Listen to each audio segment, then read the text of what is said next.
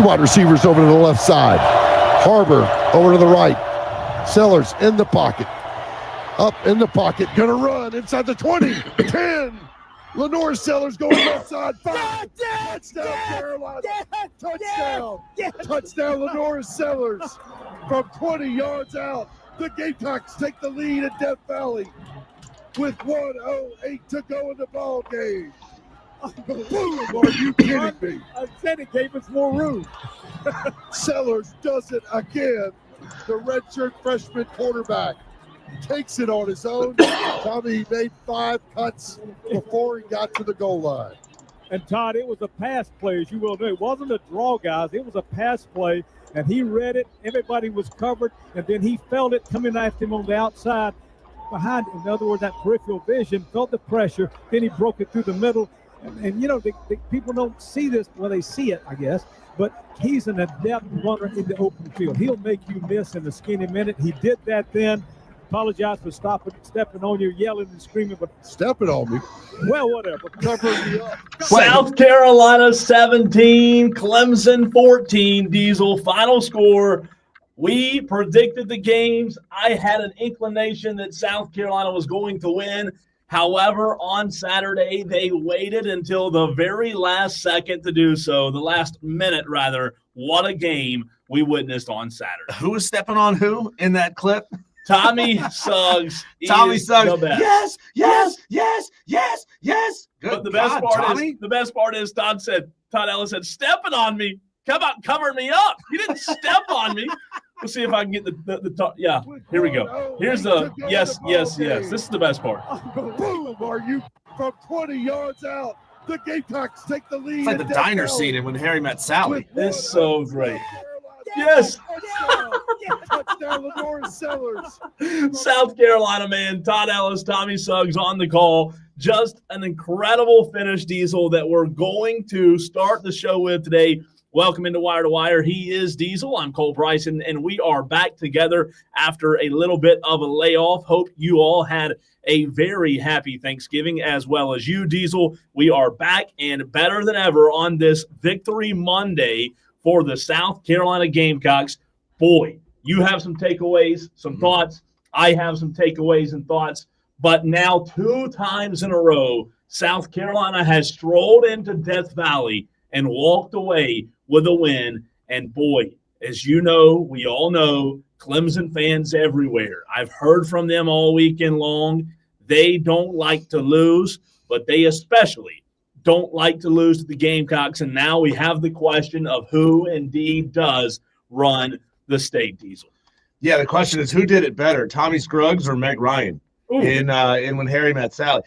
Phenomenal football game. Look, this is one that had ebbs and flows where it looked like South Carolina early was going to make a lot of mistakes and it was going to let Clemson get out ahead. I mean, Clemson was making big-time throws. Cade Klubnik was making big-time throws, and his receivers were catching the ball in contested situations.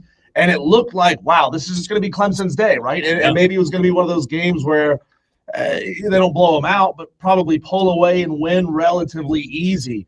And then, man, this thing was just a flurry of activity. Lenore Sellers did what Lenore Sellers has done all week long or all season long over the past 5, 6, 7 weeks when he has shown his ability to get out of the pocket and get out of bad situations that would bring any other quarterback down. Cole, here's something really interesting. This is Dabo Swinney in his post-game press conference talking about just how impossible it was to bring Lenore Sellers down. He was special. A couple of times we had him.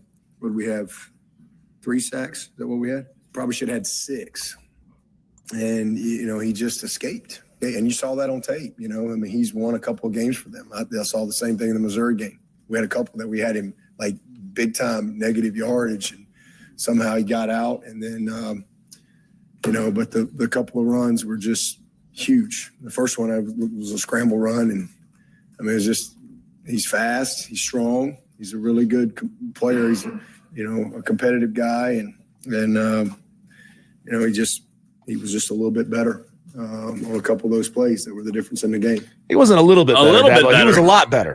He was a little better. Bit. You know, it's crazy, Diesel, when you watched it. You have Lenore Sellers dead to rights. I mean, just absolutely dead to rights. Multiple times. And it's unbelievable. He literally takes his shirt in the middle, right, and grips it right between his chest and rips it off, and the S for Superman comes out because that's what he is.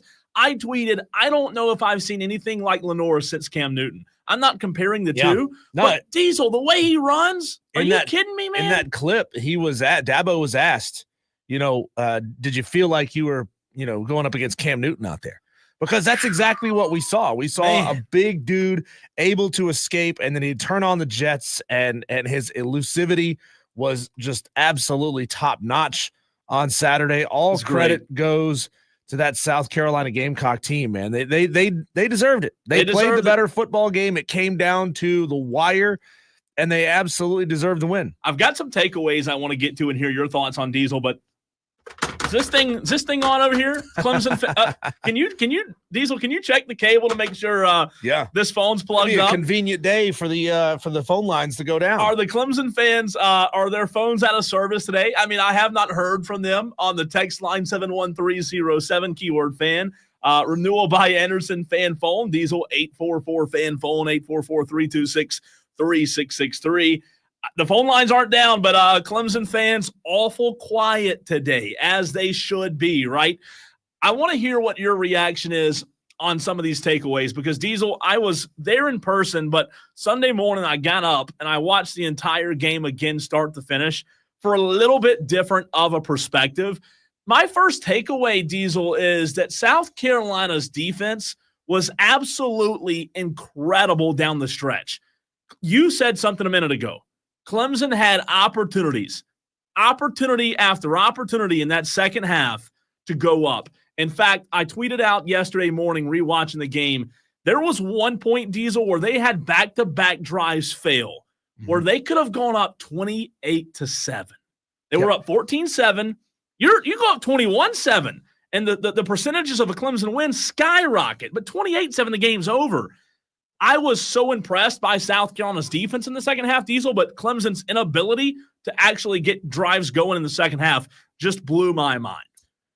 Yeah, there was just a tale of two halves for these two teams. And Cade, where he was finding that success in the first half, he was not finding that success in the second half. Play calling, and play calling's part of it. Obviously, South Carolina's ability in the secondary to shut that down. I mean, look, those were really, really tough throws, and you cannot make an entire game off of the 2 to 3 big time plays thrown into double coverage that wound up being receptions for Clemson. You can't make an entire game off of playing like that. You have to be able to get Phil Maffa going. You have to be able, Phil Maffa 20 carries for 66 yards, and I get it. He was banged up, right? But I mean, he was nothing. He's banged up and is ineffective. Run the ball with somebody else. Yeah, and that was a very big frustration from a lot of fans that I heard from and saw Diesel on Twitter, to your point. Maffa was almost no factor on Saturday, right? Maybe his injury, whatever it is, there was no excuse for them not making changes and putting someone else in the game instead of Phil Maffa. South Carolina knew Clemson couldn't run the ball with him. My second takeaway, Clemson's offense, Diesel, they had no identity in the second half. You just said it. They made some throws in the first half into double coverage that got tipped and miraculously fell in the hands of the receivers. What was the identity from Clemson in the second half on Saturday? They couldn't run the ball, right? The offensive play calling changed drastically, Diesel, and there was no way they were going to threaten downfield because the receiver or the defensive backs knew they weren't going to run, so they weren't biting on play action, right? They weren't coming up and daring you. They were daring you to throw it on them. And I think South Carolina's defense was fantastic. All of Clemson's preparation, Diesel, defensively, though, here's where I was mind blown. The preparation for Lenora Sellers. I had a media member, I'm not going to say who, tell me in the hallway before the game, hey, they didn't even prepare for the Citadel. They didn't even prepare. They did not prepare for the Citadel. All their preparation was Lenora Sellers. And guess what?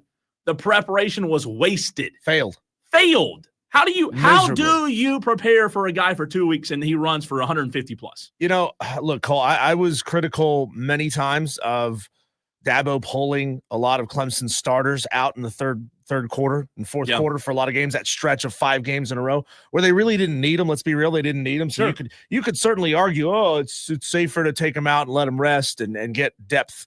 You could argue that line of thinking, but the problem is, Cole, these Clemson starters didn't have to play full games. No. They didn't have to play third and fourth quarters very often this year. And it showed. You know why?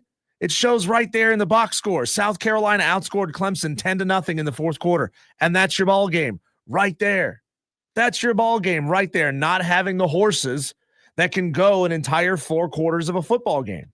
I agree with you 100%. Guess who was in close games? Guess who was battle tested? South Carolina, right? So that had a lot of the reason to do with why I picked them. I'll tell you this.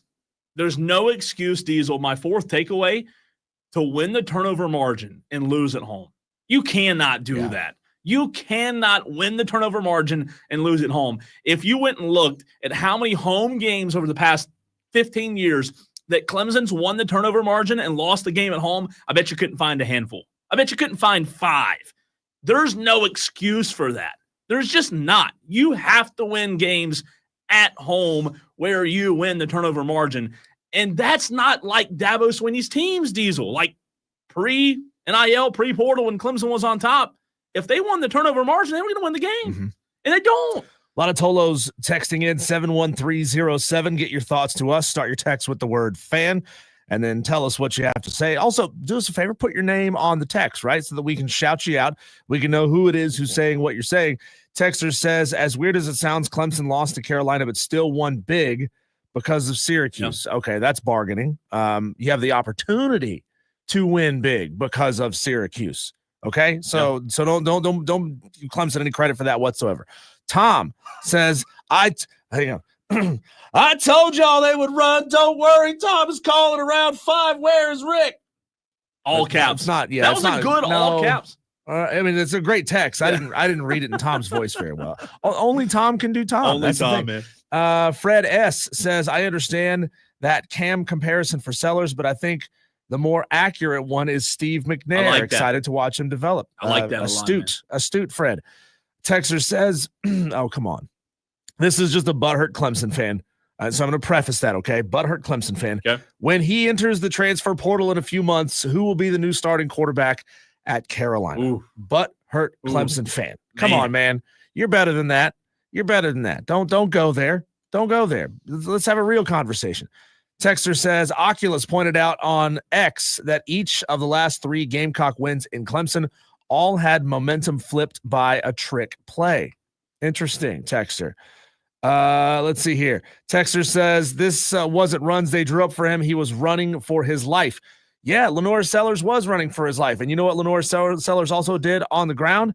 He picked up, what did he pick up? He picked up 166 yards, almost triple what Rocket Sanders had with 2 fewer carries. Yeah. 166 to 60. So to the texter's point about those runs not being designed runs, yes, texter, you're right. They're not designed runs. And what does that say? That makes your defense look even worse. Like, that doesn't help your argument. That doesn't help your case at all. It's time to go back to fundamentals and teach somebody how to tackle. You can't arm tackle Lenore Sellers, okay? You can't do that. That doesn't work. Clemson tried. I don't know how many times yesterday morning rewatching the game, I saw defenders Diesel high on his body, 2 arms, arm tackling, just doesn't work. Not against that guy. He runs so different. And you and I have talked about it all year. Yeah, go ahead, finish. No, I was just going to say, he's a linebacker that runs a 4.9. I mean, he's not a quarterback when he takes off running, and that's what makes him so hard to tackle. I think a big part of that is the way that the tackling has been legislated in the game. You can't hit him low. Yeah. You can't hit him high, so you got to try to kind of hit him right there in the middle, and Lenore Sellers is just too big and strong for somebody trying to grab a hold of his shoulder pads. He can shake those kind of tackles off. That's what's happened in the game of football, right? That's how the rules have been changed. JD, real quick, JD asked, where was Sammy Brown in the fourth quarter, Cole? JD, that was one of the biggest complaints I've heard thus far. Again, just like the Georgia game, Diesel, where he got 0 snaps. Sammy Brown, fourth quarter on Saturday, very limited snaps, if at all. JD, there's no explanation. Right there, that alone is a blemish on Wes Goodwin's part that you cannot tolerate. I had a Clemson friend of mine say that right there is a fireable offense. And it almost is. Like, you can't have your best player on the bench, Diesel, in the fourth quarter. And they did. Texter says, Clemsoning, new definition, losing games that could get you in the playoff.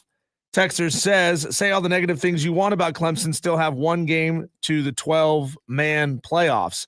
Well, that's because you got lucky. You have an opportunity to get into the playoffs because you got lucky, because Syracuse pulled off the improbable upset against Miami. And we'll get into that later on in the show. Texter says, Clemson beat themselves. What were you watching? Hurricane Jeff says, the Miami Hurricanes gift wrapped a trip to the ACC championship for the Clemson Tigers. The Hurricanes were outcoached and outplayed. Clemson beat themselves. South Carolina's defense, Texter, go back and watch in the second half. South Carolina's defense was phenomenal. They were really, really good. Did they get home to Klubnik as much as they wanted to? No, but you know why, Texter? It's because Klubnik's throws were bam, bam, bam. I mean, Diesel, you saw it. As soon as he got the ball, you're gone, right? And I'll tell you this. I'll tell you two plays, Diesel, that I think cost them the game on Saturday. This is why I just don't believe in Cade's throwing ability. With his legs, he's phenomenal. He made two really good runs for touchdowns. However, Diesel, two plays, and Tolo's out there. Really listen to me here. Two plays on Saturday. One in the first half, one in the second half. Both on third downs, Diesel. One was 3rd and 3, one was 3rd and 5, okay? Cade Klubnik on both plays had a slant, one from the left to the right, one from the right to the left. First half was 3rd and 3, second half was 3rd and 5. One that was Antonio Williams in the second half, and I can't remember who the first one was to in the first half, but two different receivers. Both times, the slant to continue the drive and extend the drive, the second half, one that ended up being incomplete, was way more crucial than the first half, Diesel, because they could have went down and scored and put the game away. But both third down slants that were crucial points of the game, guess what? Cade overthrew them.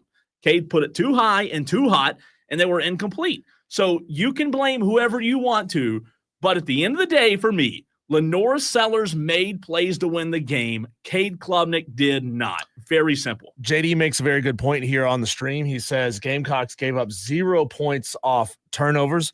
Very true. South Carolina fumbled the ball in the first half. Clemson had to punt it right back to him. In the second half, South Carolina fumbled the ball. Clemson fumbled it right back to him. So you're absolutely right. That Clemson was not able to capitalize on the things that you have to capitalize on to win in big time games. In big time, I don't know what it is. Is it strength and conditioning? Is it coaching? Is it Dabo and his mentality? Just he's not putting that dog into these dudes anymore.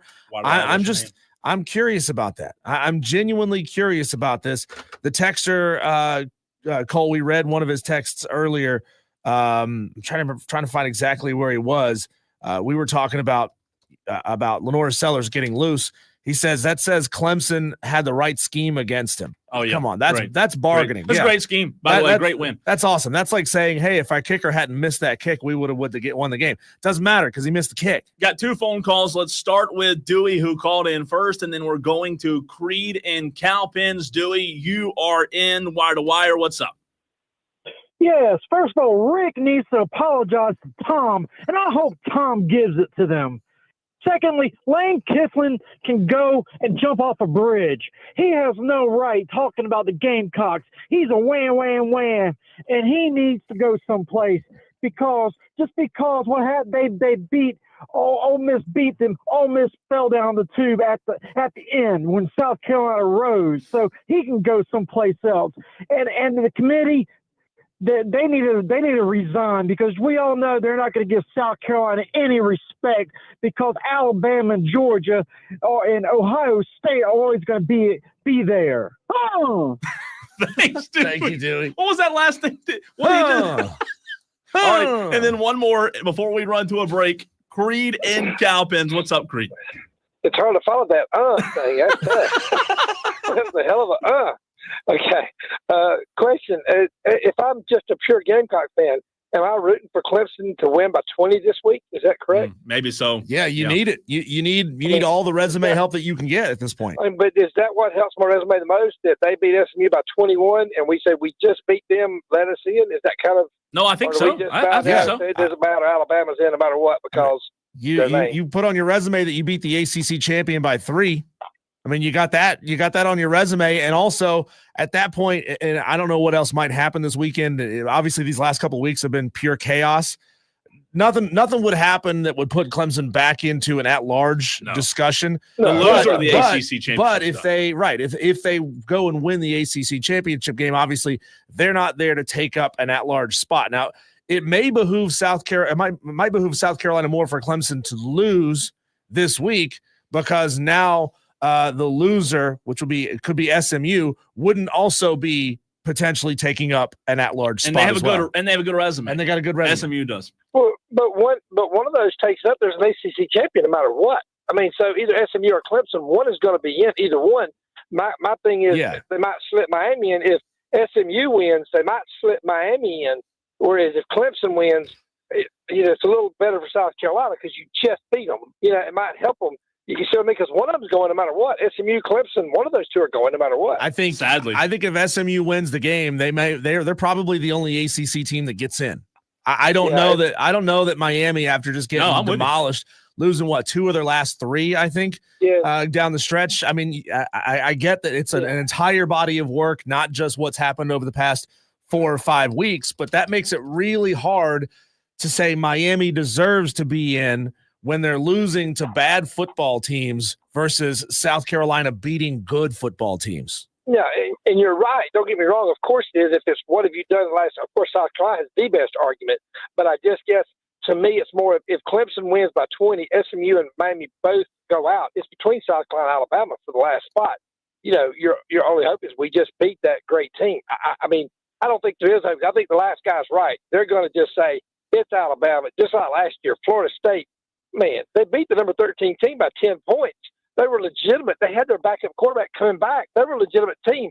And the committee said, sorry, we got to put Alabama in. It's just the way it is, And I'm still going to get that this year. Creed, thanks for the call, man. Really good stuff. Hey, Creed. Yeah, He's good right. stuff, Creed. He's right. Yeah, it's going to be interesting. This committee now really is in a tough spot.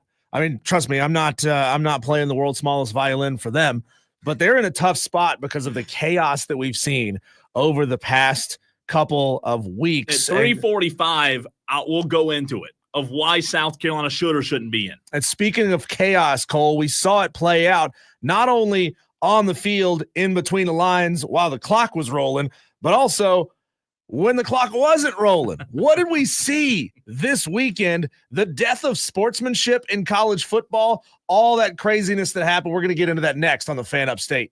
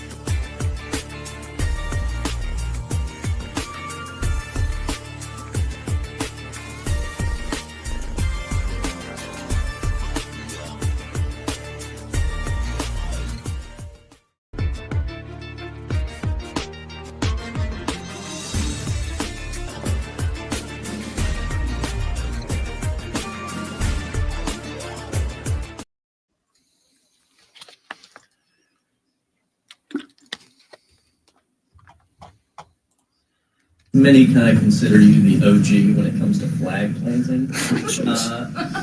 What was your reaction to a lot of the flag planting we saw yesterday, and I guess maybe some of the pushback? You know what? I'll say this: that OU Texas does it every time they play. It's not anything special. You take your L and you move on. College football is meant to have rivalries. It's like the Big 12 banning the horns down signal. Just let the boys play. That was Baker Mayfield saying, let the boys play when it comes to planting flags at midfield. But here's the problem, Cole. Mm-hmm.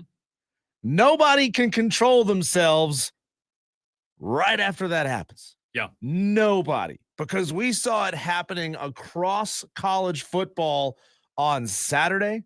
We saw mayhem. We saw fights. We saw brawls. We saw punches thrown. We saw guys down on the ground. I mean, it truly was mayhem across the sport. And I get that it's rivalry weekend and you see it this weekend, but you don't see it throughout the most part of the regular season, Cole. But, like, where are head coaches getting a handle on what's going on with their players?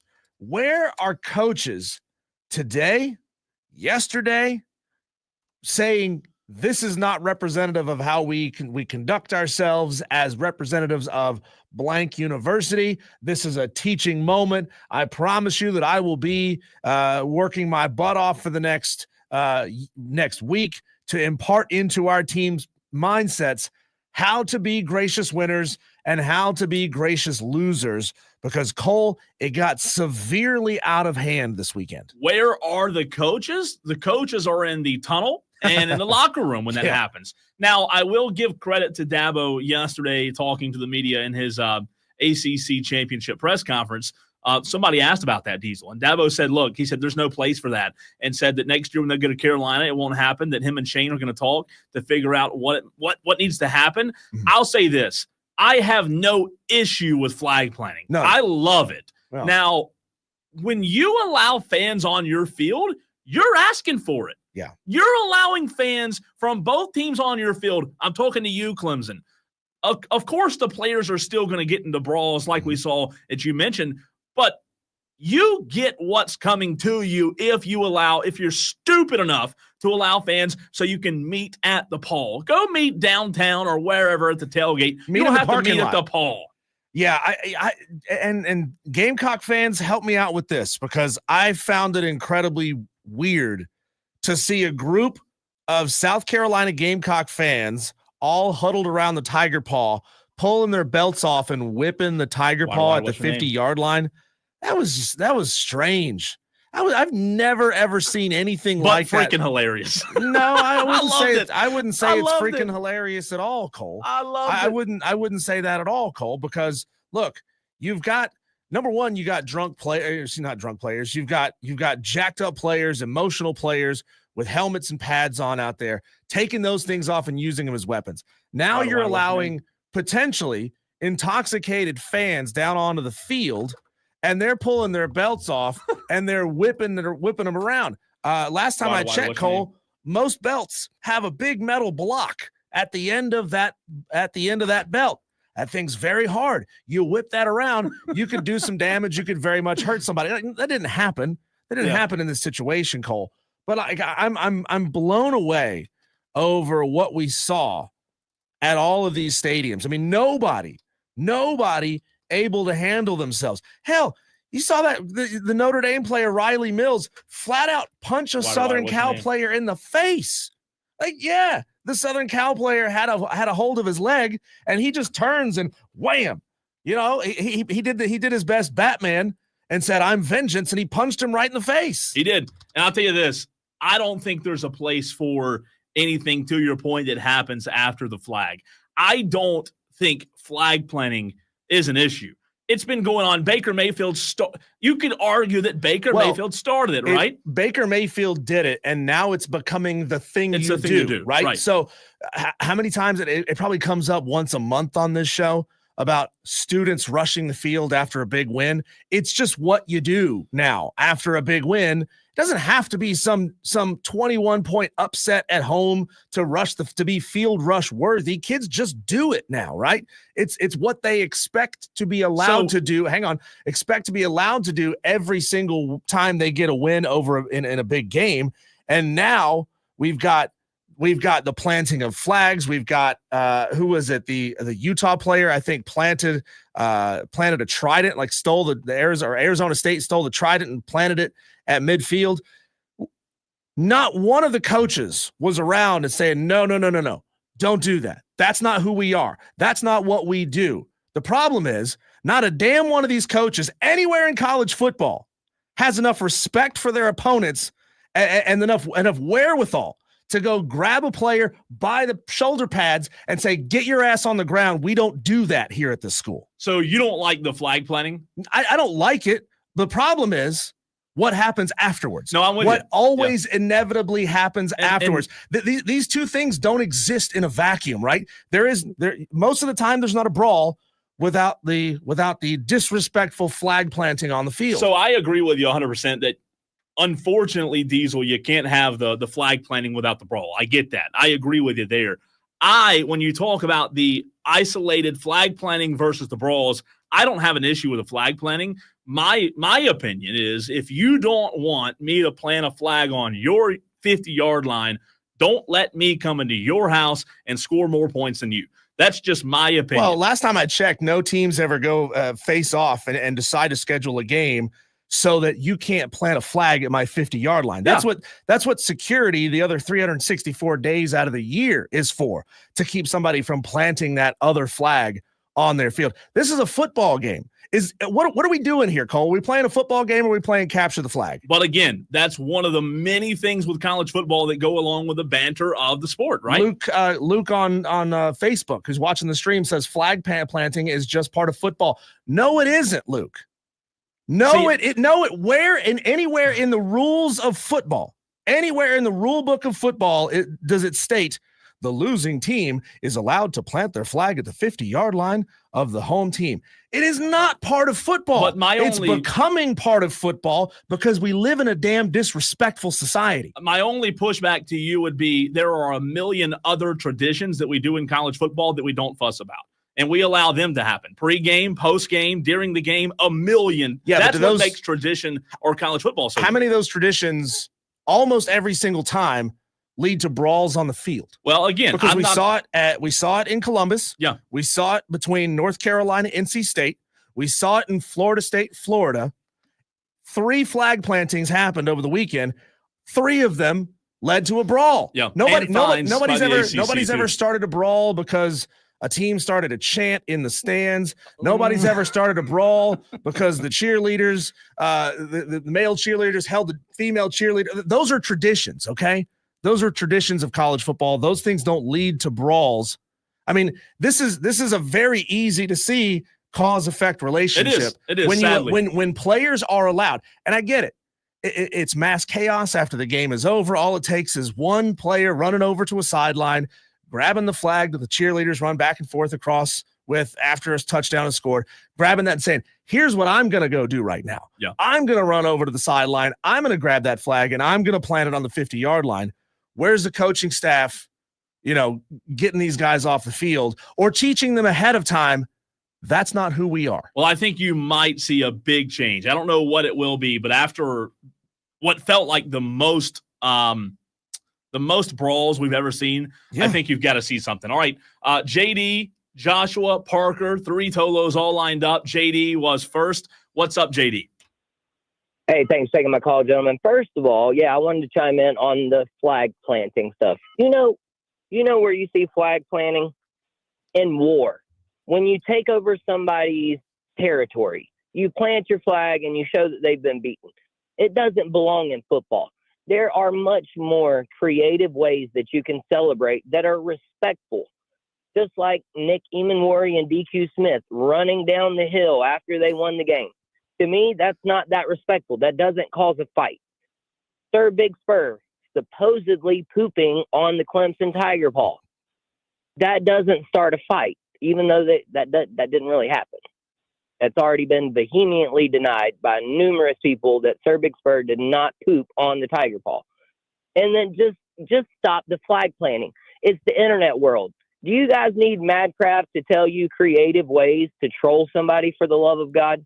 So you're okay with Nick and whoever else running down the hill and disrespecting Clemson that way, but you're not okay with planting a flag? Right. Well, and then I'm even more disappointed in Dabo saying that that's dangerous territory, that we would never do that. Yet just last year in Columbia, Clemson players planted a flag in Williams-Brice Stadium. Well, again, the incident with the Nick and the other guy running down the hill happened when the stadium was empty. If it happened when there were people in the stadium, players, I would argue, Diesel, that would obviously cause a fight too. There could have still been fans. If it had happened immediately after the game, there still could have been fans who were there. And now you got two dudes who are not used to running down the hill, wearing helmets and pads, who could be slamming into students. All right, JD, thanks for the call, man. Oh, yeah, absolutely. How's it going? Joshua wants to chime in, 844-326-3663. What's up, Joshua? Hey, Joshua. Sorry, this is Joshua here. Thank y'all for taking my call. I wanted to chime in on the flag planting and more the coaches, man. All right, so one thing that I think needs to happen, and this might be a hot take, but Ryan Day needs to be fired yesterday. For a college football coach, the lasting memory that I will have of Ryan Day for his time at Ohio State University will be sitting there watching his players fight and doing nothing about it, staring off with a 1,000-mile blank stare on his face. Then, if that couldn't be bad enough, for him to double down and say that his people are prideful and to basically excuse the fight, get that guy out of here, man. That's not what Ohio State needs. I'm not an Ohio State fan. I'm not a Michigan fan. But in all honesty, that is poor leadership. It shows that he doesn't have, like you said, the wherewithal to conduct a prime college football team. Yeah. What you got, I don't want it. Get him out of here. Get somebody with their head on their straight. You need leaders leading these young men. These are 18 to 24, maybe 25 max if they get a couple extra years. That they're not fully grown. They're not developed. They are learning. You need a leader in there, and to sit there with your arms crossed watching your players fight, just sickening, man. Absolutely sickening. Appreciate the phone call, Joshua. And to Joshua's point, here's the audio that we were talking about here. Ryan Day commenting after the fact about the altercation that took place on the field. Ryan, do you have comment on the melee that happened at midfield after the game? You had staff and assistant coaches that looked like they got bloodied during the skirmish. Yeah, I don't know all the details of it, but I know you were right there, Ryan. These guys, are looking to put a flag on our field, and our guys weren't going to let that happen. So, I'll find out exactly what happened. But this is our field, and certainly, we're embarrassed with the fact that we lost the game. But there's some prideful guys in his team that weren't just going to let that happen. 47-1 against everyone not named Michigan. 1-4. Against the Michigan Wolverines during his tenure. We'll have to get to the other callers on the other side. We're up against the break. We will have the conversation, though, of why South Carolina should be in or out of the college football playoff. That's next.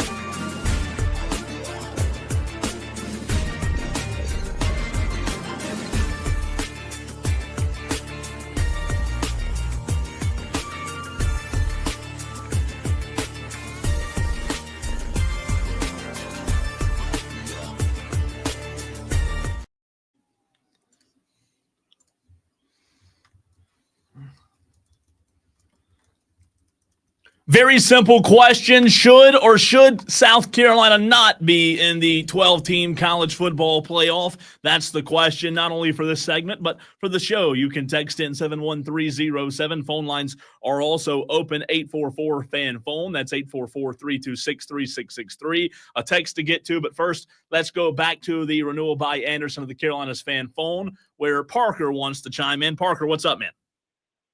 Hey, thank you for taking my call. I just wanted to comment about the flag planting. Yeah. The flag planting. It's rivalry weekend. Just let the boys play. I don't see an issue with it. I feel like it's going to happen. These teams hate each other. They're rivals. I mean, Clemson burns Carolina's mascot at the stake before the game.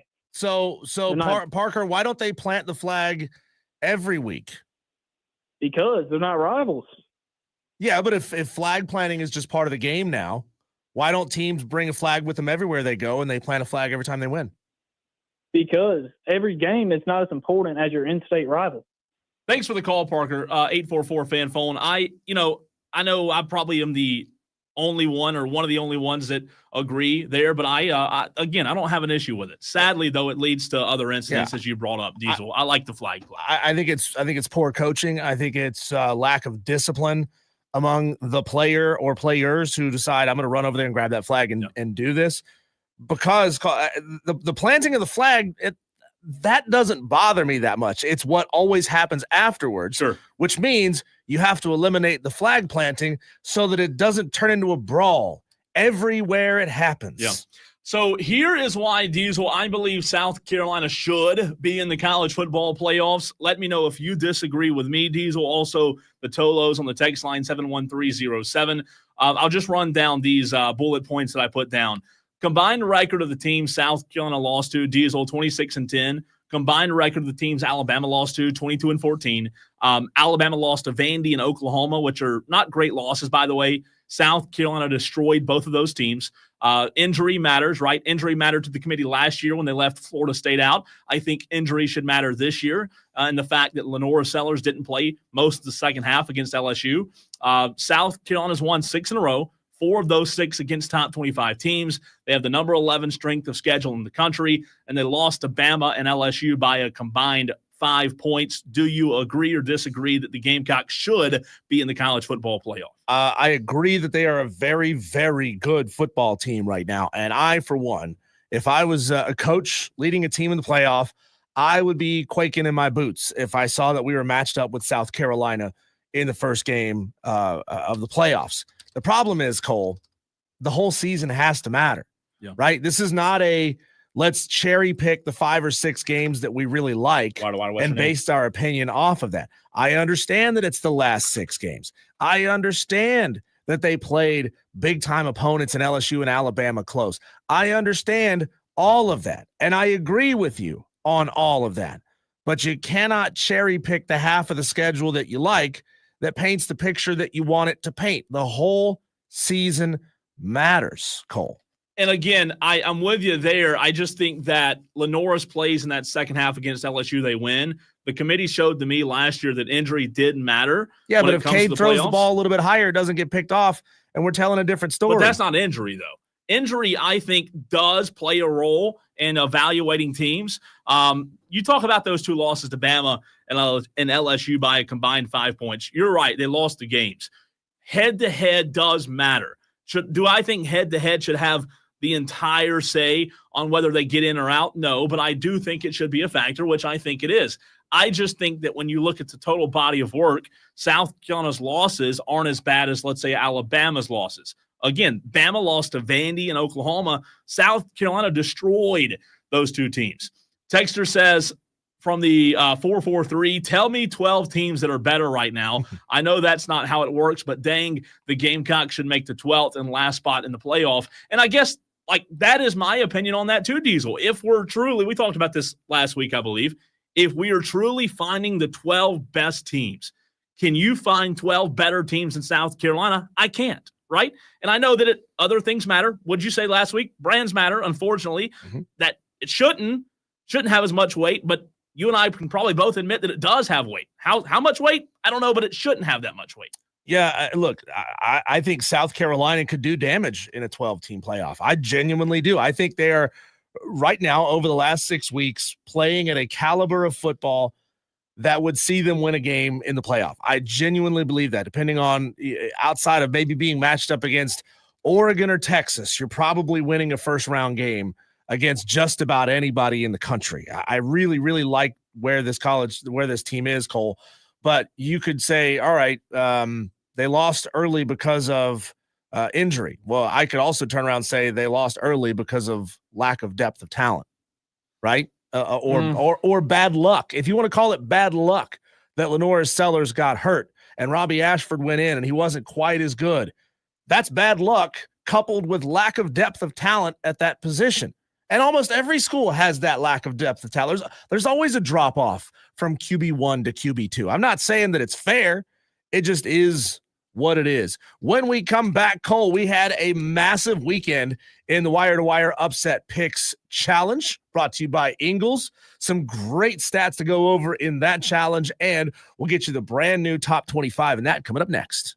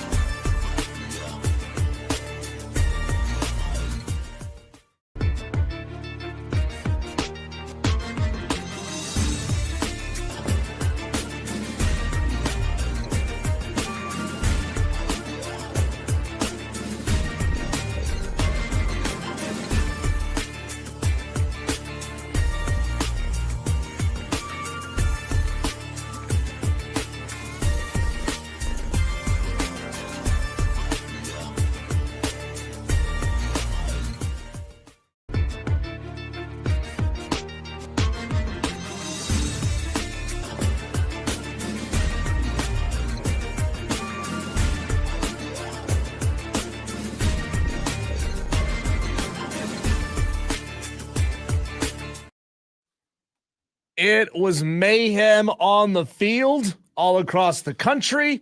It is mayhem in the Wire to Wire Upset Picks Challenge standings brought to you by Ingles. Cole, why would it be any different, right? Why would it go normal one way and chaos the other way, or vice versa? We had a big weekend when it comes to the Upset Picks Challenge, and it's exceptionally big, Cole, because I currently sit right outside the top 10. You've and I gotten feel hot. really good about that. Gotten hot toward the end of the season. I tell you what, I think I had the wrong philosophy all season long. Which was? What was your philosophy? Did you even have a philosophy? No, I didn't. You didn't have one. But that's not the point. That's not the point. The point is, maybe you should get one. Next year, I'm going to just pick like 6 to 10s all season long and hope to build up and build up and build up, because you get to the point where you have to take these big swings and pick 25-point spreads, and those aren't ever going to happen. Maryland didn't beat Purdue like I thought they would. I didn't think they would. I just was hoping, Diesel, right? But that didn't happen. Well, here's a bold strategy for you, Cole, and I'm going to give this to you, and I'm going to give it to all of the Tolos as well. Don't cut that and make that a promo. My advice is the same advice that I take and I use when I'm playing darts against somebody. You always go for the bullseyes first. That's the hardest one to get. If you can knock out the bullseyes quickly and then go fill out the rest, you're good to go. But if you get all the 20s and the 19s and the 18s first, and then you have to rely on your ability to catch a bullseye to win this thing, Cole, it's not a good philosophy. I know it's not. I know that, but I still suck at it. Should we every challenge you have those awards at the end of the season, Diesel, where the winner obviously gets a prize, but the loser, I mean, whoever did a good enough job of losing, I should get something, right? What am I, in 80th place? Is that what you told me? Here's the thing, Cole. We are working on the possibility of next year. I would love to have a prize for Mr. Irrelevant. The Tolo who finishes with the fewest number of actual points, not including those who have 0. Or would that be like paying off a bet, like you do when you lose fantasy? I don't know, man. If you lose, I don't know. Coming last, you have to. I don't know. It could be. I could be good at that, though. By the way, if I had to finish last, I mean, I might get the game. By the way, that I was talking about in darts, I hadn't played in a long time. Is cricket. And in case you didn't know, cricket is the game where you're trying to fill out 3 bullseyes.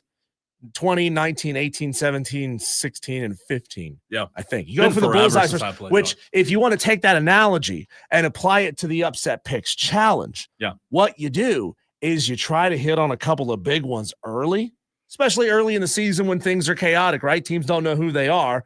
Go for those big old 15, 21, 25-point games early.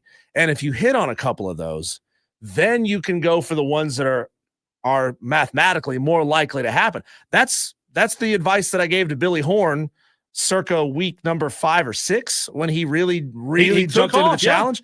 And he took off. Look at him now. He's at 57 points. But you know what, though? I'm just going to use, now that I suck at this, I'm going to say that luck's involved. There's no skill involved. If I were any good at it, I'd say there was skill involved. But now that I'm not, now that I'm in like 84th place. You just have to get a feeling, man. And I got that.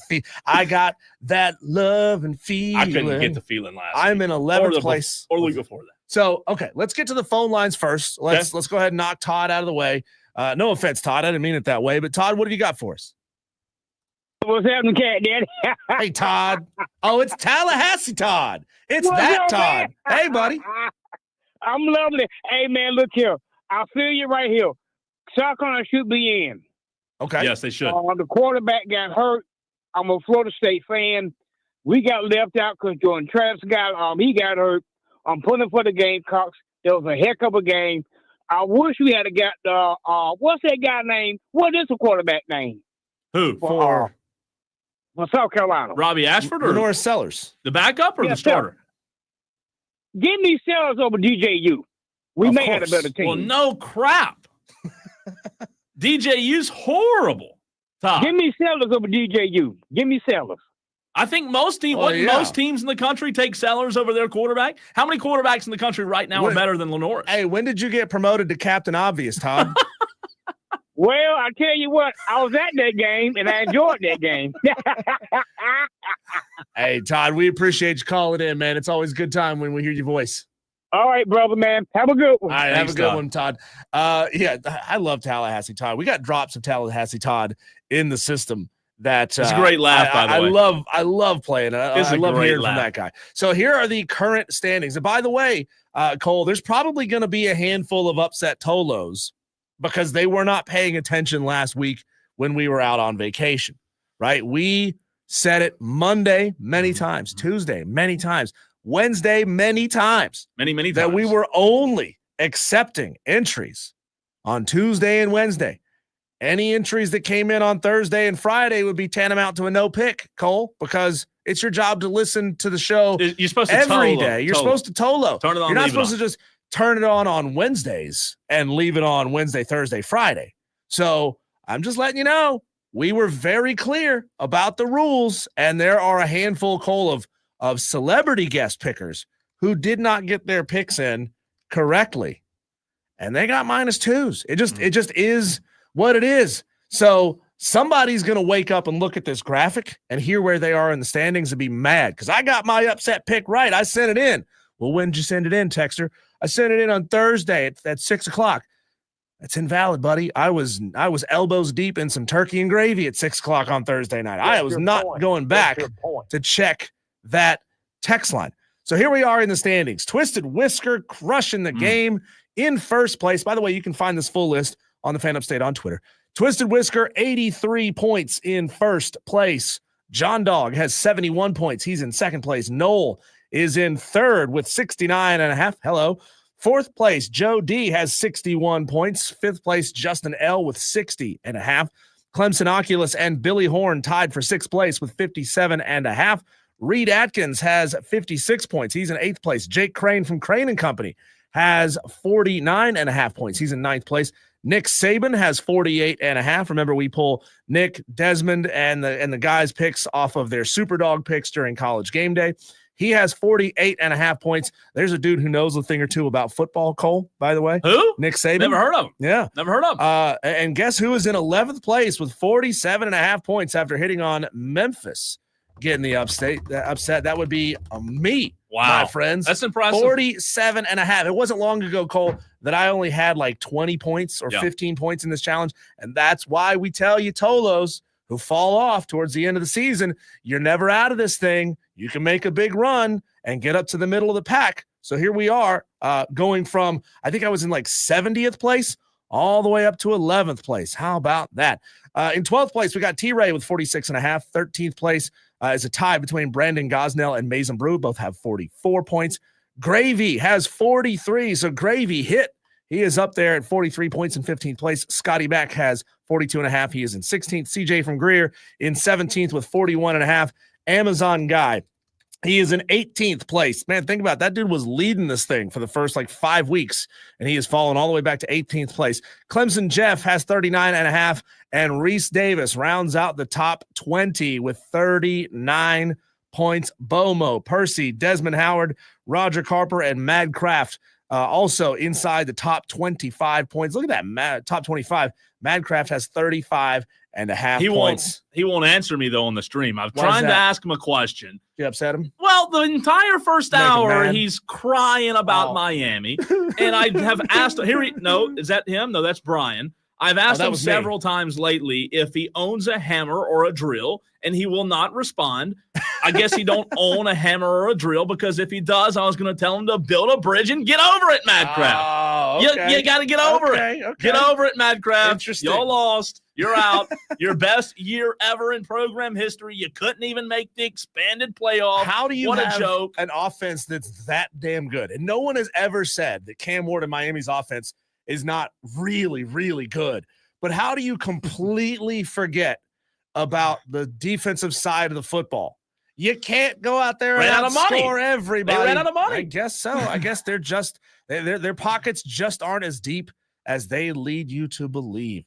Cole, so this is fantastic work by Dan B, giving us some stats, some stuff to sink our teeth into on the Upset Picks Challenge. We had 42 correct picks last week. That is the most ever, the highest number of correct picks ever in a week.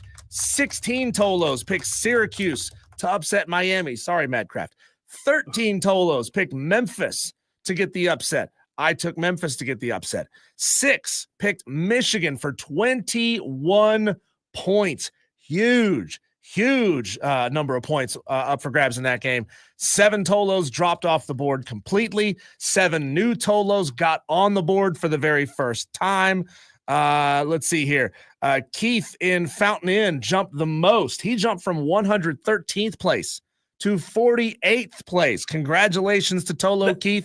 There's no way, man. There's no way. What do you have the game that he picked on, or is that in the archives? I know I'm putting you on the spot, and I'm sorry, but Tolo Keith, for him to jump, because he did text in Diesel on the text line and said, who's in 47th? Tolo Keith and Fountain Inn. He took Michigan over Ohio State. He took Michigan over and Ohio that was State worth how many points? 20 and a half points. Jeez. That was a great DB. Thank you. DB says Michigan. Thank you, DB. That's unbelievable. Hats off to him, man. That was a great pick. Speaking of Dan B, he is officially off the schneid. Dan B is on the board. How about that? What about Hurricane Jeff is as well. Who was one more? Oh, those were the only two. Those were the two that had picked all season long and had gotten a single one correct. Yeesh. And they are finally But Delvin was on the board. Delvin finally got on a few weeks ago. Yeah. He was Delvin's on for the a board. long time too. Yeah, and then there was a Tolo. Who was it? Hurricane Jeff. Yeah. Excuse me. No, it was Dan and Buckeye Mike who had not gotten one correct all season long and finally hit. It was Hurricane Jeff who got on the board for the first time last week. He hadn't gotten a correct pick either to that point in the season, and he has now hit 2 in a row. So how about that, man? Hurricane Jeff, I'm trying to find you on the list and figure out where you are on this thing, but Hurricane Jeff, man, what a huge jump for you. Percy said, by the way, while you're looking for that, wow, I feel good about where I stand considering I didn't start until week 6. Diesel, you and I both chose Memphis, says Percy. Good pick. Good pick, Percy. See, that's what we're talking about. All it takes is getting hot at the right time, and you can make a big-time jump in this challenge. Let's see what Harold in Greenville wants to chime in about. Harold, what's up, man? Oh, just enjoying y'all. Appreciate By the way, I told you Tuesday, for 50 years in that Clemson-Carolina game, all I wanted was one more point, but I got 2 extra. Congratulations, Harold. Listen on this. I need to know where on this upset pick. I picked Syracuse over Miami. How many points was that? Harold, you are sitting in 33rd place overall now with a total of 29.5 points. Okay, so that was 11 points, 11 and a half, right? 10. I believe so, yes. Yeah, sounds right. Yeah, I was 19. Here's the sad state of it. If I hadn't have switched 2 of my picks, one against, I had Stanford 19 and a half, and I was so concerned about the Gamecocks, I took Missouri. And listen, and after that, I wanted Oregon State. Yeah, I remember that. You switched on it last minute, didn't you? I dropped Oregon State and picked up Army against Notre Dame, and just roughly speaking, I should be somewhere in the 50s, close to 60 points, and I've been 5 picks in a row. So how about that, Harold? Listen, I like 6 months of being 80, and God, Ray's still with me. I'm around here next year. I'm gonna make you a prediction.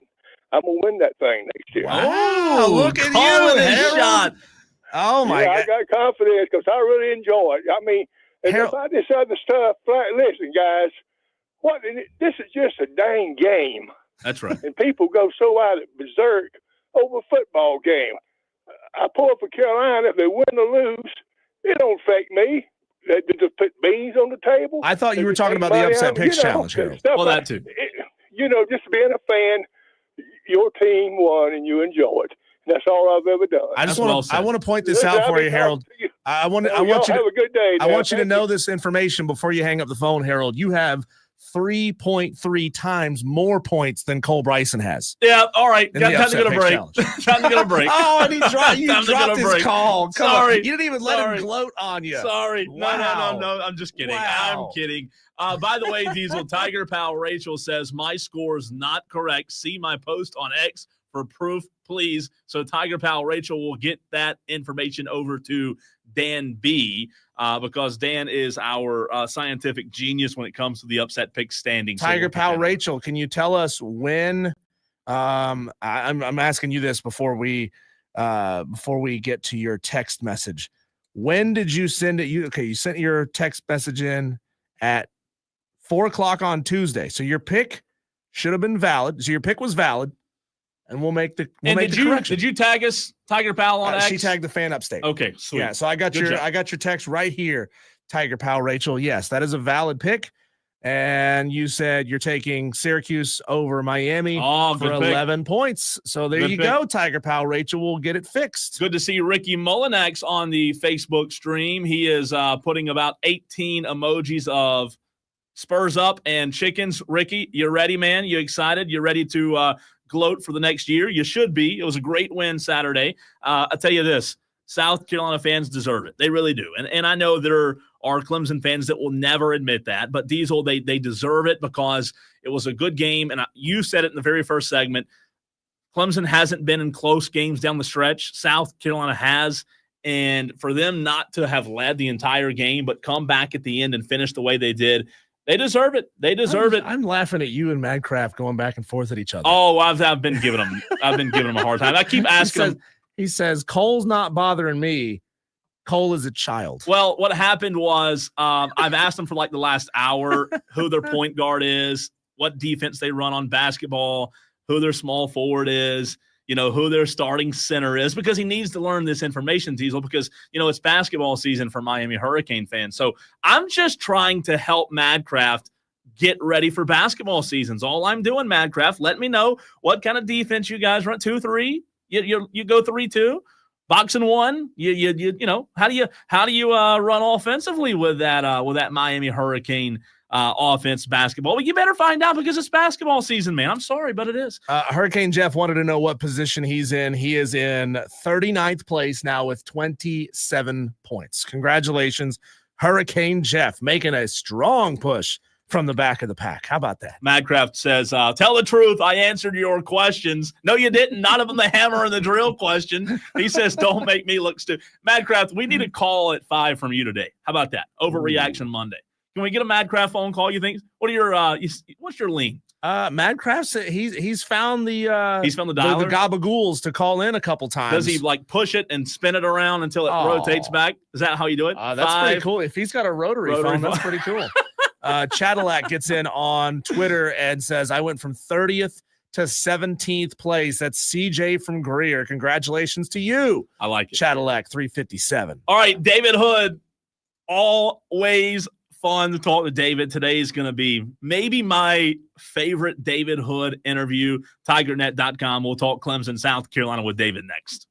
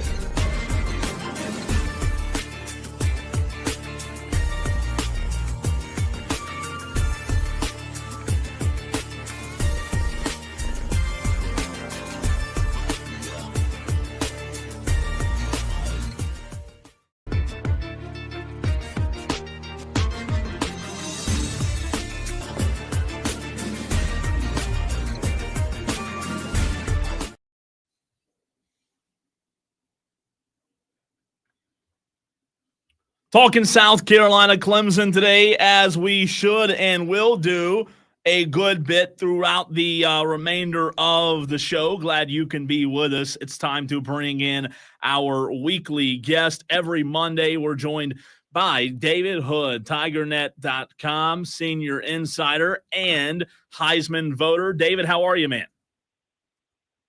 You know what? I am now warm and feeling actually pretty good. It's a beautiful Monday. There's more football to play. Life couldn't get any better. It's a chilly one outside today, so good thing you are warm. David, now that we have had a few days to look back on what was a very interesting game Saturday between Clemson and South Carolina, I'll let you start by just kind of opening the floor. What was your biggest takeaway in the Gamecocks win over Clemson? Well, I mean, look, first of all, you have to tip your hat to Lenore Sellers. That was an incredible effort. He was fun to watch. He kind of put the Gamecocks on his shoulders and won that football game for them. And, kudos to him. He played, running the football, a fantastic ball game and, kind of brought a little sanity maybe back to the rivalry right up until the final gun sounded and then the insanity started again. But, that's kind of the big takeaway. And, if you're, on the Clemson side, you sit there and go, holy cow, led for all but 68 seconds of the game and had maybe the best defensive player on the sideline all but 4 snaps of the fourth quarter and, threw some opportunities away on offense. And you sit back and go, holy cow, should have won that football game. But coaching and a few, little mistakes really cost them. Yeah, David, football is a game of adjustments. You do this, the other team does that. Talk about the second half of that football game, and specifically the fourth quarter where South Carolina just shut Clemson down defensively. I mean, Clemson went 4 for 20 rushing the ball in the fourth quarter, 15 plays for 79 yards to South Carolina's 191 in the fourth quarter of that football game. What did you see in your mind?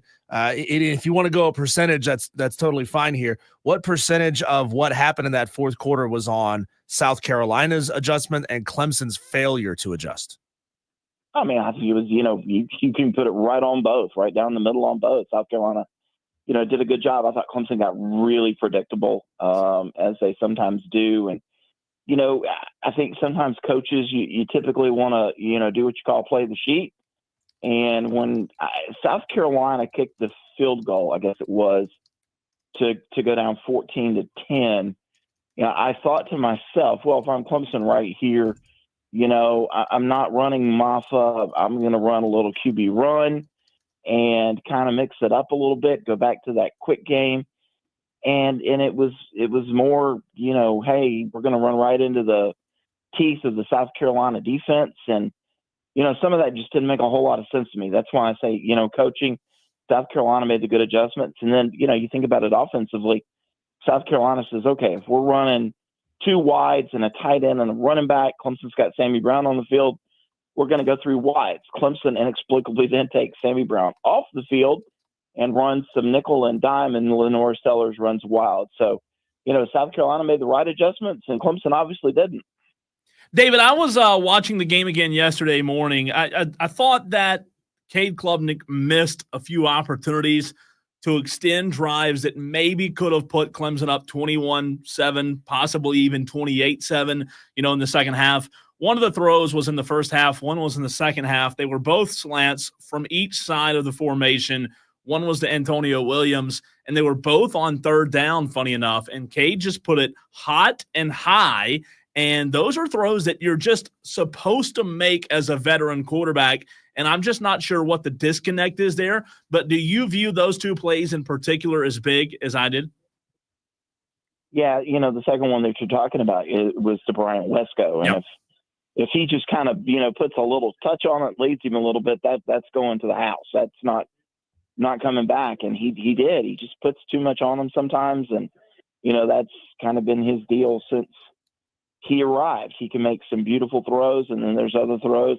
I think about it. You start the season, the regular season, with a throw to the feet of a wide open Maffa. And then you end the regular season with a throw that is tipped to Maffa when you should have been going to the end zone. So kind of how fitting is that the regular season begins that way and it kind of ends that way.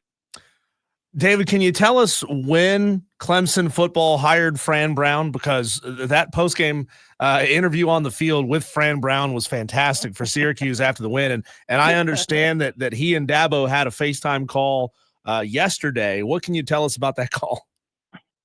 Well, Fran called out Dabo back during the ACC football kickoff, which was hilarious because everybody knows Dabo's got the basketball court at his house. He told the contractors to do away with the huge garage and turn all of that into a basketball court. And he brings in players and recruits and other coaches and plays in there. I've been in there and played a little bit. It's a lot of fun. And Fran Brown said he understands that Dabo's a hooper and he thinks he could beat him. He thinks he could take him. And, what he doesn't understand about Dabo's a chucker. I mean, that's what Dabo, he's a chucker. And, that's the old Seinfeld episode. So they had already been talking a little bit and Fran Brown knew what was at stake. This is a Syracuse team that, everybody probably thinks about that primetime game against Pitt where they stunk it up. McCord threw all the interceptions, the pick sixes, but they have, kind of quietly been playing well. And all of a sudden you look up and, this is a Syracuse team with a pretty good record and Miami kind of turned into who we thought they might be. They've come away with some escapes, whether you think officials or just been lucky or, I think they've won some games because they've had the best player on the field in Cam Ward. They kind of sunk it up. So Fran Brown calls Dabo Swinney and says, hey, I did it for you. You're in the ACC championship game because of me. And I just think that's great. And I asked Dabo, I said, what did he say to you? Apparently it wasn't really PG. So Dabo declined to tell us what it was all about. David Hood, TigerNet.com. David, Dabo said earlier last week, and I believe a press conference that you were at, that this was a game that people got fired over. A lot of disappointed Clemson fans after Saturday's loss, where you said it, they led just about the entirety of the game except for the final moments when it mattered most. Who do you think should get fired? I don't know that you think, who should get fired, but I think what you do at this point is kind of, take a look where were, some of the failures in some of the big games against Louisville, against South Carolina. When you go to coaching cost Clemson, absolutely. You still tip your hat to the opponent, but you think, man, if Clemson had done this or done this, or just done something that was halfway normal, not trick plays, they've probably got a couple more wins. And I was on the phone with somebody on the way home a little while ago, and they brought up a great point, man. If Clemson doesn't have some of these coaching failures, they really should be 11-1 this week, and not thinking about having to beat SMU to get into the college football playoff. There's just been some failures across the board, and I think there's been some people that have been brought in. I think Dabo's going to take a long look at his program once the games are over, once everything is done. You're not going to fire anybody now or slide somebody up or down, but I think he's going to take a hard look at his program once this season's over. Yeah, David, what do you think that looks like in terms of something that we've probably asked you about every single week that we've had you on the show? When it comes to the transfer portal and the way NIL is used inside the transfer portal, I understand Dabo Swinney has tried to use the portal. They have made offers, but it's not necessarily getting the best of the best players to sign on the dotted line and come to Pickens County, South Carolina. But 0-2 on the season against SEC teams, clearly something has to happen there. In your mind, is this a catalyst that will lead to a more aggressive approach when it comes to those two items? Well, I mean, I think it helps. I don't think it's the catalyst to help, to a more, aggressive approach. I think that aggressive approach has already kind of been in the works. And, Dabo told us a few weeks ago, another writer said, hey, are you happy, with defensive ends? Do you wish you would have gone into the portal? And he was like, oh, man, I love my guys, love my roster. Probably not entirely true. And I think that Clemson's going to be aggressive in the portal now, and they understand that there's going to be money to spend, especially when July 1 rolls around. But, they've got some money to spend now. I think the defensive end is going to be an option. I think, maybe you take a look at a running back, a wide receiver, an offensive lineman in there, maybe a linebacker to provide depth, and at some point, maybe you take a look at a quarterback. You go and look at a freshman who knows that he has to come in next year and sit behind Cade a year, but will challenge Vizina, for the second job next year. for starting job. And, from everything I'm hearing, those kind of are what the coaching staff is going to go after. There are multiple positions that they are going to target. David, I've heard from a lot of Clemson fans this weekend, as you have. Do you think the frustration that a lot of fans have, and again, I'm not putting all fans in one group because there are some fans that could care less, and there's still going to be happy about wins and losses, and it doesn't affect them as much as it does some fans. But there are a lot of fans out there who are very frustrated. And you know what? Saturday, Clemson could win an ACC championship and back their way into a playoff spot and even a bye, and all will be well on the mountain up there in Clemson. Do you think the frustration is warranted from Clemson fans? Oh, I think the frustration is very warranted. And, I'm not sure that winning an ACC championship and, getting into the playoff and all that will ease a lot of the frustration, because I think, I had a front row seat for 6 college football playoffs. I had a front row seat for 4 national championship games, for all of these ACC championships. I know what it looks like, and what we see out there every Saturday is not what that looks like. It is not. And winning an ACC championship Saturday would not change that. There's got to be some systemic changes within the program. There's got to be some other changes. If you say staff or support staff or whatever. And I think if you know what it looks like, you understand this isn't it. And, you take a look at that game Saturday, and I went back like you did, and I watched it, and I go, man, Clemson's got dudes all over the field. Sammy Brown, Peter Woods, Avion Terrell, Ashton Hampton, Antonio Williams, Bryant Westcott, TJ Moore, Kay Klubnik. Dudes all over the field. South Carolina have those kind of dudes everywhere. They had Lenore Sellers. I like Bam Knight. I like Kyle Kennard. They've got pieces. But this is a Clemson team that should be a lot better. They should be better than their rival. They should be better than Louisville. They shouldn't have to struggle like they did against Georgia. So, I think Clemson fans have every right to be frustrated. David Hood of TigerNet.com joining us here on the Fan Upstate. You look just specifically at Cade Klubnik's stats. He's had a pretty solid year, 29 touchdowns, 5 interceptions, 12th in QBR in college football. It's hard to say that somebody sitting inside the top 15 in quarterbacks is having a bad year, but in your mind, what does Cade have to get fixed going into next year? And is it fundamentals? Is it footwork? Or is it play calling? Is Garrett just not the right guy to call plays for Cade? Yeah, I think he's got to mature a little bit more. There's no doubt about it. I think on that play Saturday, the final one, that route is probably part of that play's package, but he's too old of a quarterback to know that he can take the check down there, because you're running out of timeouts, you're running out of time. You'd rather take a shot at the end zone, and that check down, that's not it. That's not the play that you want. So he has responded every time he's been challenged. He got a lot better this year from last year, and you have to hope that he takes that kind of next step forward in this offseason. David, Saturday, whether it goes well or not well, will dictate how a lot of fans, have a taste in their mouth to end the season. But let's say Clemson does win an ACC championship. How do you view the season? Because there are media members out there who cover Clemson on a daily basis that have already said this was a special season. Based on what could happen Saturday, is this a special season in your eyes?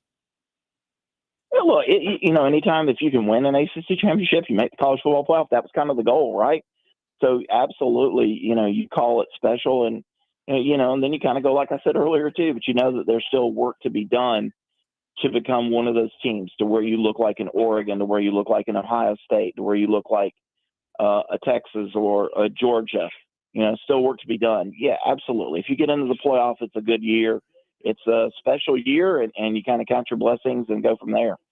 He is David Hood of TigerNet.com. David, as always, we appreciate your insight, and again, I hope you've got your bones nice and warmed up, because I'm sure it was a little chilly sitting outside in that open air press box, which is it's such a unique thing that Clemson has, and those who have never been in a press box, they don't know how neutered it feels being behind the glass versus out in front of the glass. It really is a special thing that Clemson has there. We appreciate your time. Hey, anytime. It's going to be cold Saturday too, so I'm looking forward to that. Yeah, it is. It's going to be cold Saturday. Hey, thanks, David. Always great stuff. Like you said, Diesel, I obviously ran out of time. Didn't get to hear David's thoughts on SMU, but now all eyes turn to SMU. And look, I disagree with him. I don't think it's a special season. I don't. I don't think a special season is backdooring your way into a conference championship in the worst conference there is. And again, I'm not trying to be disrespectful, but I don't agree. And you know what? I love David. I respect his work. I think he's the best out there at what he does, but you're not going to agree on everything. I just don't consider this season special for Clemson. Yeah, it's number one, you can see the slow descent, the slow drop off. In years past, you expected to be in and you were disappointed if you didn't. What happens? Why are more Clemson media outlets not upset of the way this season has gone? And is it wait until the end of the year, hold your thoughts until the final whistle blows, and then you make your decision on what the season is? I mean, look, Clemson's not going to they're not going to cut David Hood's credentials. They don't do that, right? We've been very critical of Clemson on this show, and they've never once denied us a credential request if we've gotten it in properly and on time. I think some media certainly jumps to the negative immediately, and that's what they build their stake on. Some media goes all positive all the time, and neither approach is the right approach. Neither approach is the best approach. The negative almost always gets the most interactions. Yeah, that's for sure. But there's going to be a dwindling number of Clemson fans who want to hear the all positive rainbow takes. They are. And again, I've said it a million times. If you want to hear that, they're out there. I'm not going to be that guy, but those media members are out there. You know where they are. I'm not pumping you up sunshine and rainbows all the time. Real quick, before we run to a break, Kev wants to chime in. What's up, Kev? What's up, fellas? Kev, how are you, pal? Oh, man, having a good day, man. Just chilling. But, hey, man, this they can't think it's a special season. There's no way. Thank you. They done had too many special seasons to make this a special season. Like, this is, I mean, you could have a rebounding season if that's what you want to call it, but at the same time, they didn't play nobody that's really good. Say man. Good. Like Saturday, to me, South Carolina played down to Clemson. South Carolina should have won this thing by 21. I think anyway. They had the chances to do it, but South Carolina's like, when I think about South Carolina, they got thorns. Everybody's got thorns, but do you let your thorns show? If you know what I mean.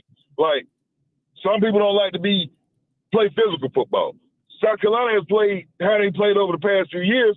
They played good this year, but the thorns is the penalty. The thorns is getting an interception and getting a bad penalty, just something like that.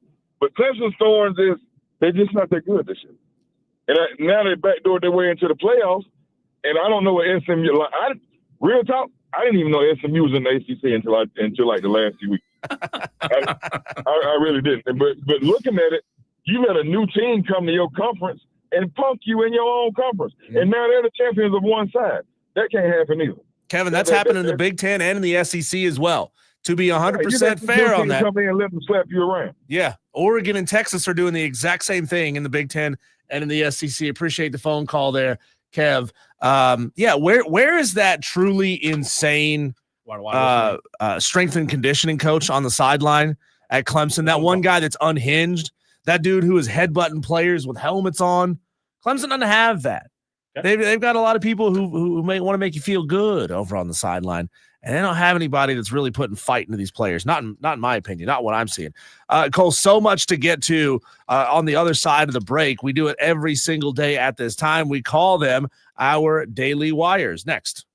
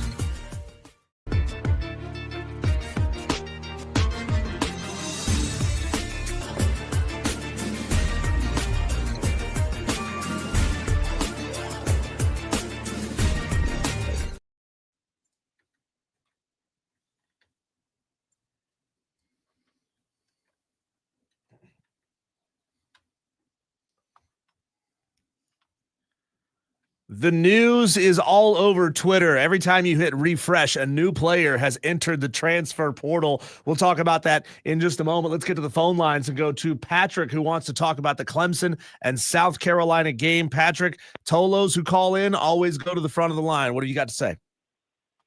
Hey, man, I want to tell you guys, man, November 30th was my birthday, and let's go Gamecocks.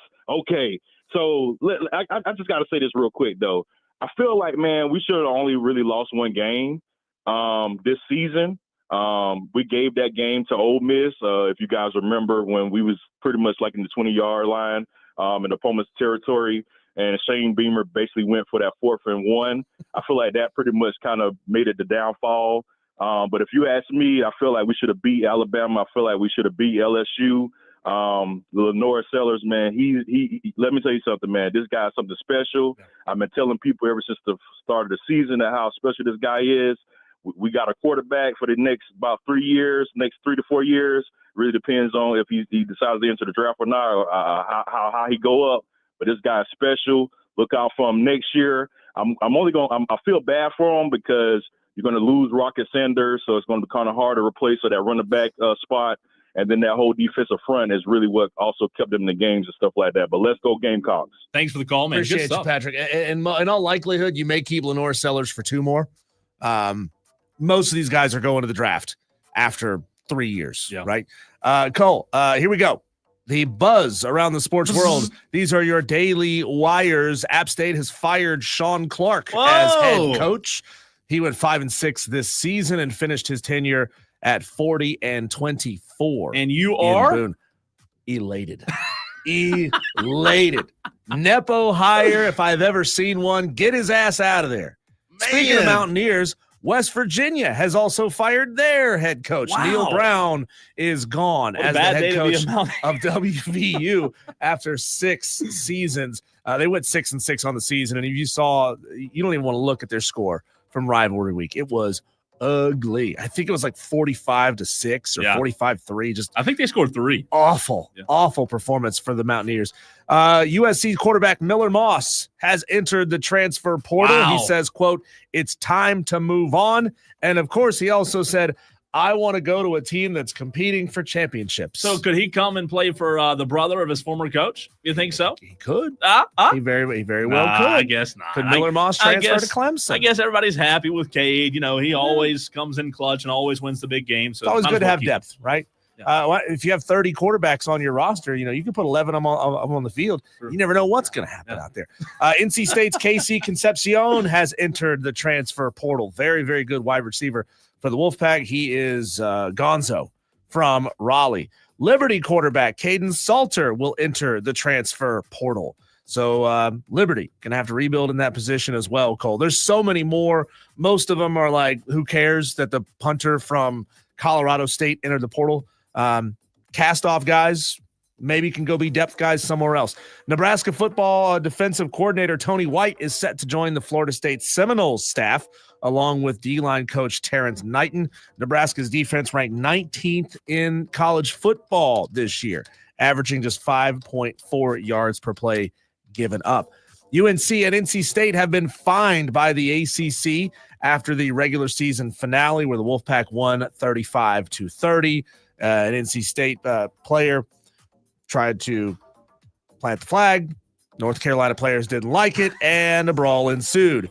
Let's see here. The Big Ten has fined Michigan and Ohio State $100,000 each for their incident in Columbus after the planting of the flag, the brawl. It's still wild, Cole. We didn't even mention the fact that pepper spray was brought out. Mace was brought out to separate those players in Columbus. It got real bad up there. There was a pregame brawl between Virginia Tech and Virginia. The ACC, by the way, has said that all 4 schools violated the league's sportsmanship policy, releasing the statement, quote, "The unsportsmanlike behavior that was displayed is unacceptable and tarnishes the passionate on-field play between these institutions. The funds from the imposed institutional fines, which are the maximum allowed by the league's bylaws, will be placed into the Weaver James Corrigan Swafford Postgraduate Scholarship account." So fines levied. We don't know what those fines are. It's in the bylaws.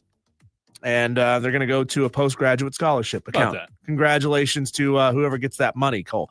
Early signing day for high school football recruits starts Wednesday.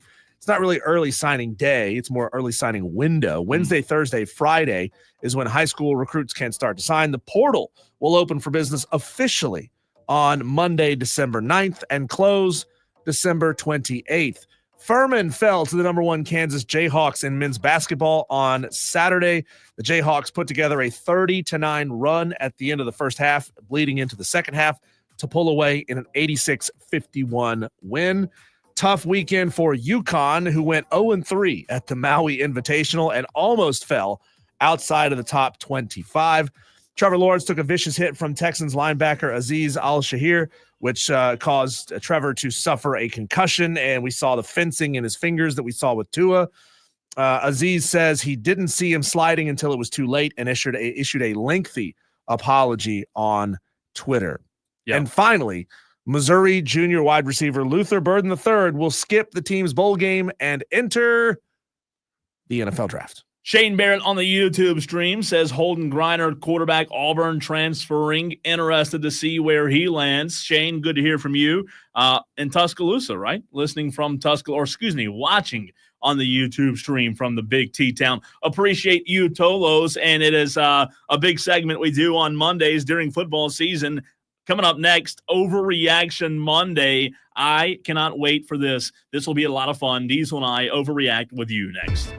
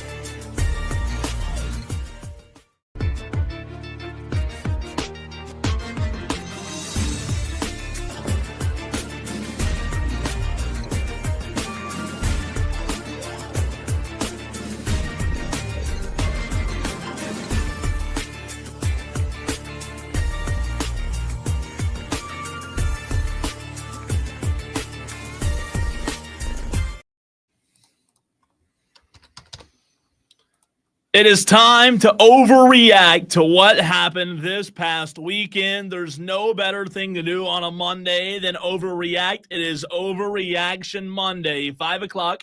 It is time for you, Tolos, which stands for? Turn it on, leave it on. All day, 3 to 7. It's time for you, Tolos, to react. Whatever you want to react to this weekend, you can do so. Text line's open, but you get brownie points if you call in. 844-FAN-PHONE, 844-326-3663. Diesel has some overreactions. I do as well, but let's start this thing off with the Leprechaun of Lyman, who I'm sure can overreact to a thing or two. What's up, Leprechaun? Hoo to you boys! We're playoff bound! We're the only team right now that can confidently say that. After the Irish lost to NIU, I thought they'd be eliminated, but Notre Dame came back better than ever. That didn't win. They didn't just win, they dominated. No first-round bye? No problem. We don't need your filthy conference. Time to prove the Irish are the better team and regain our former prominence. Oh, do you hear that? Is the championship calling our name? Will this be the year that the champs are finally the grand old Notre Dame? Here come the Irish! Here come the Irish! Here come the Irish! Woohoo! That gets a clap from me. I'll tell you what, that's a great way to start off Overreaction Monday. I'm just glad that the Leprechaun of Lyman was able to punch it up and get excited for this segment.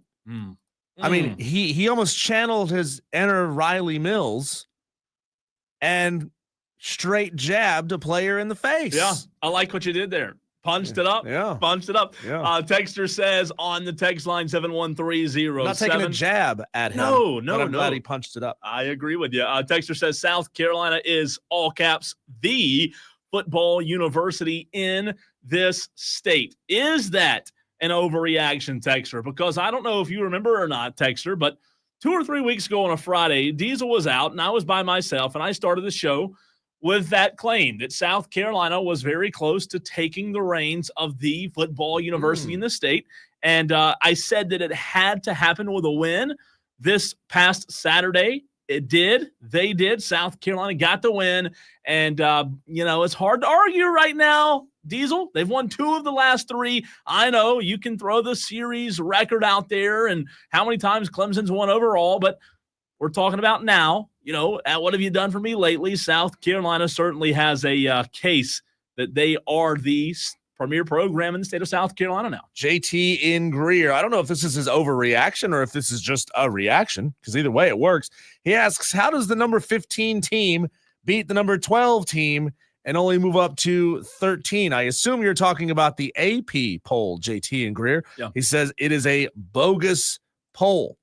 JT and Greer, my only thought here is that they value how you win the games more than if you win the games. So it's winning close in a lot of these big games is maybe the one thing that the committee is stepping back and saying, well, they're not beating everybody by 14, 20, 21 points. And the AP, you said it a couple of days ago, Diesel, that it's pretty much useless right now. I mean, we're all eyes are on tomorrow night's college football playoff rankings. And I would imagine, Diesel, that you and I will talk about that tomorrow. But I'll let you go first while I get to the phones with your first overreaction on this Overreaction Monday. Overreaction number 1 for me, Cole, is that Clemson better win the ACC championship game or Dabo Swinney will be officially ramped up to hot seat level 6. Ooh, I like that. If he doesn't win this game. Seat level 6. You can't have 2 years in a row where you don't make the playoff. You can't be gifted an opportunity to go get into the playoff and then not win the game. As was it Kevin who texted or called in earlier and said he didn't even realize SMU was in the ACC. SMU, who's not getting any money from the ACC, who's paying their own way. Gonna win the darn thing. You let them punk you and win the ACC title game. I just added an extra C there for some reason. Hot seat level 6 for Dabo. There are some fans who will say nothing he ever does could get him higher than a level 3. And they're delusional. I say nay. Results have to matter. I am a horse today, and nay, results must matter. No, I like that. There are, unfortunately, Diesel, there are a lot of fans out there who, like you said, regardless of how many games Clemson loses, will never, ever, ever side with you and I when we say that, there's got to be changes. We're not calling for Dabo Swinney's job, but there is no standard right now. The standard, let me just say this way, best is not the standard right now at Clemson. More of a suggestion. Well, it is, and sometimes they hit that, sometimes they don't. Are you ready for this? Can we get a drum roll? Is it Tom? Ladies and gentlemen, this one might be pretty epic. Hit the record button, because here we go. Hit the screen, record. This man called for South Carolina to get 9 wins, Diesel, way back when, and I believe he is now correct. Tom in Somerville, you have the floor. What's up, guys? Hey, how about them Gamecocks? Hey, and the game did not go as I had hoped for in the stance of a blowout. But anytime you can beat the little kitty cats, it's a win. And great show so far today, guys. I mean, Cole, y'all been spot on all year about Clemson. But I'll say this, I've actually gotten to listen to a lot of the show today. And I'm still waiting to hear from Rick. We have not heard from Rick. And I'm just wondering if we need to send out a missing persons report, if I need to go look for him, because, all hands on deck, I will help you find Rick. All last week he was running his mouth, and, we haven't heard from him.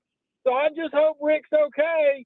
I was expecting his phone call today, and, last week, all those Clemson fans that were texting, this and that, about Gamecocks and about me as Tom, they all were texting, and they said, Tom ain't going to call after Clemson wins.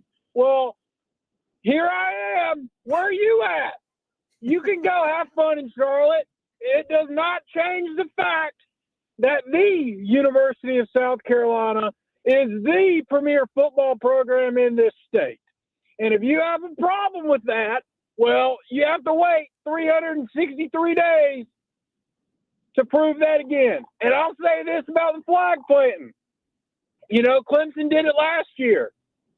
They've done it time and time again. If you have a problem with the flag planting, then beat the Gamecocks. If you lose to the Gamecocks at home like you've done the last 2 times, you have no right to complain about us celebrating on your field. So, with that being said, the Gamecocks are the better football program. They're the better football team. Shane Beamer's the better coach. 17-14. Thanks, Tom. Great stuff. Appreciate you, Tom. Really good Congratulations stuff on that. Congratulations on the win. He's fired up. He should be. Tom called it, man. He called it early in the season. Diesel, I will give my first overreaction and keep it South Carolina Clemson here. Cade Klubnik does not have the it factor it takes to win big games. That's my overreaction. Earlier in the show, I believe it was when we were talking to David Hood, Diesel, you brought up his stat line. And he's had a good season, right? He's had a season that's worthy of being considered a really good season statistically. However, I will say my first overreaction is while he has had a very good season statistically, Diesel, he does not have the it factor it takes to win the big games. I know you'll say, Cole, he ran a big one in against Pitt to win the game. Well, guess what? With his legs, he makes big plays. But what is the last time in your memory that you can think of, or when's the last time you can think of Cade making a big throw to win a big game? It hasn't happened, so that's my first overreaction. It's kind of like that saying, you say a team can move the ball between the 20s, but you get into the red zone, and all of a sudden they stymie out. Yeah, that's kind of who Cade Klubnik is turning into as a quarterback, right? He can between the 20s is playing the mediocre weak ACC schedule and playing the non-conference schedule. But when you get into the red zone, which is playing powerful teams out of other conferences, he kind of stymies up. Adatola of Rock and Rolla says the it factor, man, he ain't got the functional factor.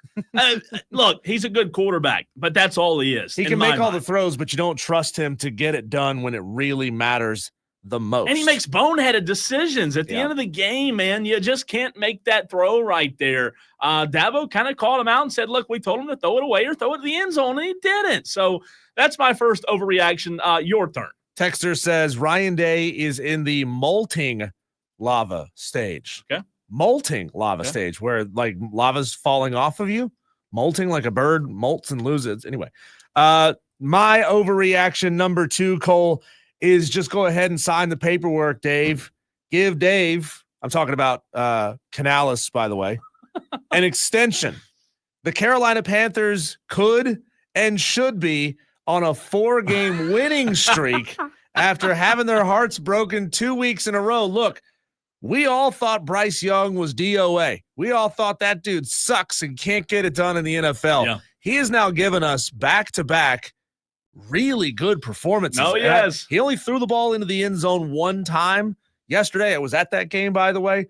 But Bryce Young finally looks good on the field. Not great. I mean, he's not epic by any means. But he's good. But he's good. He's much better than he had been in the previous season and 3 quarters. So Dave Canales, it took some time. We all kind of wrote you off and said, yeah, you were a quarterback whisperer somewhere else, but you couldn't get it done with Bryce Young. But Dave Canales has shown that he really can fix Bryce Young. We'll see how far this thing can go. There are still the limitations of him being 3'2" and 16 pounds soaking wet. It is what it is. But let's see. I'm actually hopeful as a Carolina Panthers fan about how good Bryce Young could be. So give Dave Canales an extension. I like that. I know we'll get into it in the very next segment, but that was heartbreaking yesterday. The way that, just gut-wrenching. It was. The way that ended. We'll talk about that in the next segment. But my second overreaction, Diesel, as we're still taking text 71307 and phone calls 844-FAN-PHONE 844-326-3663. Clemson's in deep trouble in their philosophy for the next year, Diesel, because they have lost over the weekend their 7th. Not 1, not 2, not 3, but 7th 2025 commit. Dabo's losing them like flies. What is it? Bum, bum, bum. Another one bites the dust. Well, right now, I like that. Yours is better than mine. A lot better. You're a rock and roll guy. Diesel, Clemson's in deep trouble, man. They 7 2025 guys they've lost. What are you going to do, Dabo? Are you going to go use the portal to make up and fill in some holes where you're going to have holes? That's unacceptable. Regardless of what happened on the field Saturday, losing to your rival at home again, where you won the turnover margin and lost, just that right there, losing your 7th 2025 commit, that's embarrassing. Clemson currently, and anything can happen, right? Because we know that the early signing day starts on Monday of next week. Anything could change between now and then. But as of right now, Clemson is projected to be 29th in the country in their recruiting rankings for the 2025 high school class, puts them squarely between SMU and Kentucky, behind Mississippi State, Rutgers, Maryland, and all importantly, behind the South Carolina Gamecocks. Is that the best? Or they are? I mean, that's the best of the standard, right? I mean, is that the best? I mean, let's call it. Let's ask it. Again, Georgia Tech's got the 17th highest class. Georgia Tech stole one of your guys by offering him like 20 more bucks than you were willing to give him. Diesel, your third overreaction after I read Virgil's comment on the YouTube stream. I'm a Gamecock fan listening from Athens, Georgia. Love the show. We love you, Virgil, and appreciate you listening. No conference, given what we've seen over the past week, 2 weeks, Cole, no conference should get more than 2 teams in the college football playoff. Go ahead and make it a bylaw. You can't have more than 2 teams in. Like, look, Texas finally showed us that they were a legit football team because they absolutely shut the Aggies down. We had big-time question marks because they hadn't really played a super tough schedule this year, and they got it done. Oregon looks really, really good, But outside of that, Cole, everybody has massive warts. We've had this swing from 4 or 5 teams from the SEC down to maybe just one team from the SEC. That was as Georgia was just about to get beat by Georgia Tech on was that Friday night. But look, nobody is head and shoulders above anybody this year. Georgia, expected to be one of the best teams in that conference, was number 7 at the time and had to fight through 5 overtimes to beat those nerds down in Atlanta and Georgia Tech. 8. And you had to have the referees cheat for you. I mean, the fix was in Athens in that game. And we looked at Georgia as having beaten multiple top 25 teams and having one of the strongest resumes despite their losses. And they almost got beat at home by Georgia Tech. They were getting absolutely punked through the first 3 quarters of that game. And everybody on that Georgia team roster looked awful in that game, including Carson Beck. My third overreaction and last one before we go to the phones, Diesel. Lenora Sellers is the best quarterback in the country. Does he have the best arm talent? No, but what he offers week in and week out with his ability to make the throws as well as his uncanny ability to absolutely take off and run like a linebacker coming at you downhill, a freight train is what I call it. He's the best right now. In my opinion, that's an overreaction. Obviously, you take overreactions how you want to interpret them, but the way he's playing right now, the way he runs the football, oh my word. You don't have to have the best arm talent in the country. You just have to be pretty good. And you know what you have to do? You have to win. Yeah. Like they're winning 6 in a row. He is as elite as it gets when it comes to scrambling and running and using his legs. Yeah. Right? It's good. He's really, really good at that. As long as he's pretty good at throwing the football, that's all that they need to do. Yeah. That's all they need to do. They use the pass to set up the run and let him bust it open and go pick up 20 yards of play. And Rocket Sanders, man, they're going to miss him. He's so good. Yeah, they are. I mean, South Carolina, I don't know where they are or where they think they might be with their recruiting class this year with the running backs they already have on the roster. They may go get another guy out of the transfer portal. I don't want any team to become a team where they feel like every year their main strategy, their number one goal is to go get a player at this certain position out of the portal. It kind of becomes that, right? You keep going to the portal and getting running backs. Guess what? Not a lot of high school running backs want to come to you because they feel like they're going to be replaced. True. Or have their playing time cut because they're just going to go get somebody out of the portal. All right, let's go to the phones. We have time for one more call. Johnny wants to weigh in and overreact. 844-326-3663. Johnny, it's your turn to overreact. All right, I got 2 things quickly here. I keep hearing the standard at Clemson. First off, Clemson can't fire Dabo because, one, he created the standard. Before him, this would be considered, even losing to South Carolina, going 9-3 and going to the ACC championship, would be a miracle season under Tommy Bowden. So there is never really been, other than with Dabo Swinney, a championship standard with Clemson. So Clemson fans, get off your high horse. That standard has only been around about a decade, and y'all aren't a blue blood championship dynasty where y'all should expect championships every year. The only reason it happened is because you had 2 miracles in Deshaun Watson and Trevor Lawrence. Period. And my overreaction is that I have a running theory with Dabo Swinney and the Clemson Tigers. If Dabo Swinney, when he was an interim coach with Clemson, if he would not have beaten Spurrier that year in the rivalry game, he would have never been the head coach of Clemson, and Clemson would not have a national championship. Interesting. Yep. Interesting. I like those 2, Johnny. I like them a lot. Like Congratulations to your Gamecocks on Saturday, Johnny. Really good stuff. Cole, here's my last one for you. Okay. I actually really like the college football playoff overtime rules. Ooh. I like that we saw it play out the way that it did in Georgia Tech versus Georgia. Mm-hmm. Overtimes can take way too long if you're doing a possession in perpetuity. I like the fact that they give them an opportunity to end it the old-fashioned way in one overtime. Okay. And then after that, the rules change, and that we were able to get this thing over with relatively quickly. I mean, the entire country was watching it. Everybody was tweeting about it. It's one play, winner take all, do or die. Let's see if the other team can match what we just did. I think it's absolutely fascinating. A lot of people hate it, but that's my overreaction. I really like it. I really do. No, I'm with you. I enjoyed that a lot. What was it, 8 overtimes? Texter says, overreaction. Bryce is no longer the reason the Panthers lose. Let's see. West Virginia fan says, West Virginia WVU athletic director will pick the right football coach, and West Virginia will be in the Big 12 championship game next year. Okay, Brian Kelly. Texter says Clemson will do none of this NIL stuff. Instead, they'll double down and recruit everyone from Daniel High.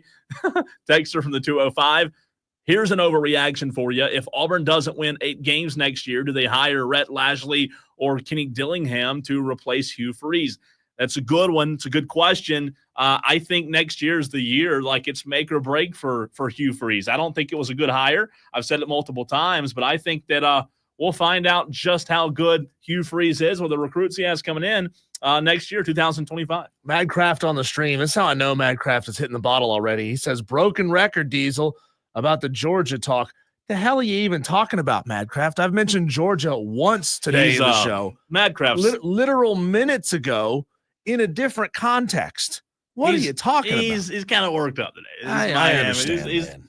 It's a tough day for Madcraft. When we come back, Cole, let's get into that Panthers-Bucks game that I was at last night, and I'm going to tell you why it's the best outcome that could happen for the Carolina Panthers. That's next.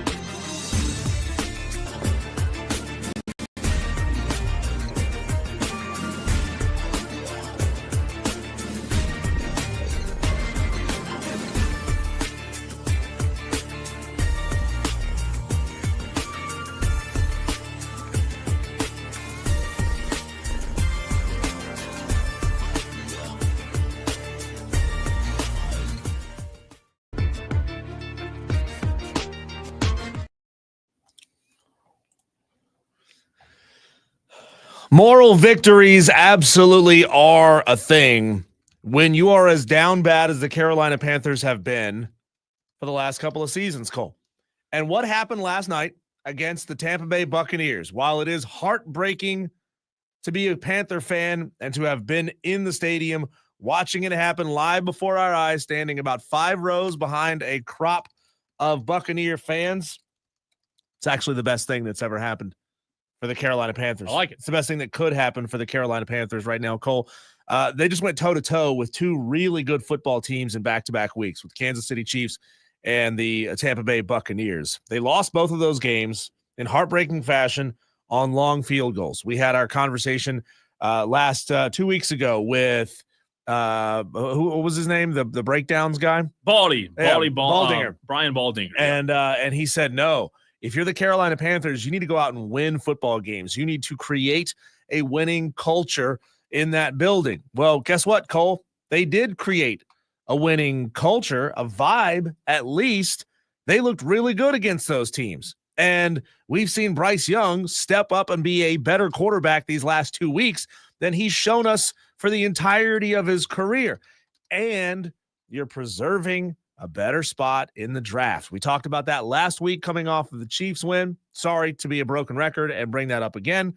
But it's absolutely true.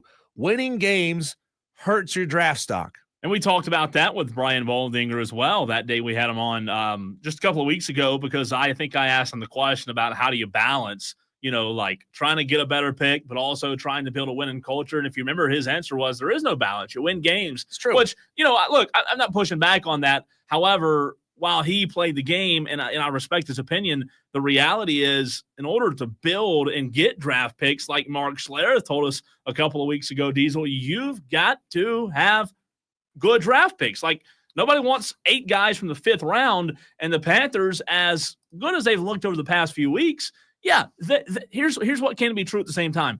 You can still lose games. You can still get a high draft pick, but you can also still be playing better. Yeah. And they're playing better. You saw that. We saw that yesterday. Yeah. It was a heartbreaking game, the way that game ended with Thielen. Man, what a catch. The biggest difference here is the Carolina Panthers now shouldn't feel like they have to burn one of their 1st or 2nd round picks on a quarterback. They shouldn't feel like they have to. Now, they may go out and find somebody depending on what they decide to do with Andy Dalton. If he sticks around, great. If he doesn't stick around, if you let him go, whatever the decision may be there, you may feel like you need to go get a serviceable backup in the meantime, but you don't have to burn a 1st or 2nd round pick on it. But Cole, I'm going to tell you, I saw that stadium come back to life last night, especially when you compare that to the last game that I went and saw at that stadium, which was 2 years ago when they faced Kyler Murray and the Cardinals, when it was a completely lifeless stadium. Yeah. When the boo birds were flying from all over the stadium, it was a different story in that football game last night. Sure, there was still a lot of red, a lot of Buccaneer red in those stands, Cole, but the Carolina Panthers fans got loud when they needed to, even though it was only an 80% capacity filled stadium at that point. But I'm genuinely proud of the development Bryce Young has undergone since being benched for Andy Dalton and then coming back in to play. It's like he's stopped treating the NFL like it's a homework assignment, and he's just going out there having fun. Well, that's what Baker does. If you see Baker's success, he's having fun. He has fun, right? And he goes and plays ball. The conversation since he was still at Alabama and going into the draft. Oh, look how smart he is. Look how fast he processes things. Look how well he did on this Wonderlic test. I don't give a rip. Yeah, a score on a Wonderlic test never threw a touchdown. A score on a test never scrambled and picked up 15, 20 yards like he was doing last night in that game. There was no better throw, though, in the second quarter when the pressure came, pocket collapsed. He rolled right to the sideline, off balance, through the tremble for like a 30-yard gain. Play. I mean, that was unbelievable. And I'll tell you this, they're getting more production from other guys, too. Yeah. Like, they're actually getting production. And, again, they're not winning games. They lost to the Chiefs, lost to the Bucks, but they're playing better. A couple of missed field goals yesterday. And, I think this team's headed in the right direction. This just a terrible way to end. It was the running back that fumbled the game or fumbled the ball at the end. I think it was Chuba, wasn't it? Yeah, I think it was. And Diesel, you don't fumble there. The Panthers probably go down and win it, but go down and win the game. It was a tough way to lose, but ultimately, you're right. They're better off for it because they have a higher draft. Yeah, Roadmaster is saying exactly that on the stream. He's saying Eddie Pinheiro missed those kicks on purpose. He may have. He was pulling them left all game. Oh, I don't gosh. understand. There was one or two he put right through the middle, and that's great. But he was pulling them left constantly through that game. And Cole, look, as much as Bryce Young has really stepped up, Adam Thielen, since coming back from his injury, has stepped up in a big-time way. Playing well. There was that touchdown that got overturned at the end of the second quarter that was absolutely a catch. Yep. I mean, from where we were, and I think you've had those seats before. I think they're company seats. From where we were, I was looking right down the end zone line, and that was absolutely a catch. He got a knee, and he got an elbow down with control of the football. I don't see how you overturn something like that. The stadium absolutely lost their minds. So that play that call doesn't get botched. Pinheiro doesn't miss 2 kicks. We're talking about a very different outcome. And how about the run by Bryce midway through the second quarter? By the way, if you go back and watch and break down that play, Bryce Young, the touchdown run that they took a long time to review. Yep. Bryce had time in the pocket. Like, he had a solid 3 seconds. Looked, went through his progressions, no one there, saw a lane, took the lane, and ran it in the left corner. And I'm telling you, man, like, I'm not overreacting. That was the last segment, but he's just seeing the field in a different way. I also think the protection matters. It just seemed like at times yesterday he had a little bit more time. Diesel, that offensive line still has a lot of room to improve. But I think after watching this, yeah, you want to get receivers. Yeah, you want to get guys that are playmakers. But I think you got to go offensive line first. I think if you can build that offensive line and give him a solid line to play with, I think you saw yesterday that if he has time, he can go make the plays. I would start by building a big offensive line around Bryce Young. So I'm going to look and see here, Cole, who are the best offensive linemen in the 2025 Just draft? go to Iowa. Somebody in Iowa, there's an offensive lineman up there that's good. Yeah. Or Notre Dame, right? Notre Dame's got 1 or 6. But they're always those big corn-fed boys up north. He's just playing well, man. I think as of right now, the projection is Carolina at 5. Like an interior defensive lineman from Michigan, Mason Graham. It looks like maybe their number 1 prospect there, if I'm reading that correctly. I don't know about that. Position labeled as DI, defensive interior, I think. Yeah, he kind of reminds me of – I've never seen it labeled as DI before. Kind of reminds me of Mozzie Smith out of Michigan a few years ago. Very similar player, big run stuffer, in the gap kind of guy. I don't hate it. I think you've got to focus on offense. There's a couple – That's your coach. You're an offense. You've got to be an offensive team. I'm not saying ignore the defense, but let's build this offense thing up, man. I want to see Carolina. And by the way, I know this doesn't really impact the game, but the crowd getting into it yesterday, it was like a semi-night game. Yeah. Carolina doesn't get – they hadn't had a night game since 1946. I don't get to make it to a lot of Panthers games because I'm 1 to 2 at Dave & Buster's It's every week. It's a 1 o'clock game. It's hard. It's hard to make it all the way up there and only catch the fourth quarter. Right. You don't want to get up there and do that. For what it's worth, Kelvin Banks out of Texas and Will Campbell out of LSU, both of them tackles, are expected to be the first 2 offensive linemen taken off the board. Both of them expected to be taken inside the top 10. Carolina could do really well with any one of those guys. I'm impressed with the way the defense stepped up. They certainly left a lot of holes open in the middle, but when they were playing man coverage, they were playing really well. So I think zone coverage for Carolina, not their strong suit this year, but man coverage, they were playing really well. Had a really good interception at the end of the first half. J.C. Horn played a really good football game as well. So, there are still warts with this team. Bryce had a lot of errant passes. We saw the defense, like I just said, leave a lot of spaces open in the middle of the field. Also, credit to Baker Mayfield and the receivers they've got on that side of the football. They're a big part of that as well. Looking guys off and running good routes. But also super impressed with Jonathan Brooks and his, it's not his debut, but he's only been playing in the NFL now for a couple of games.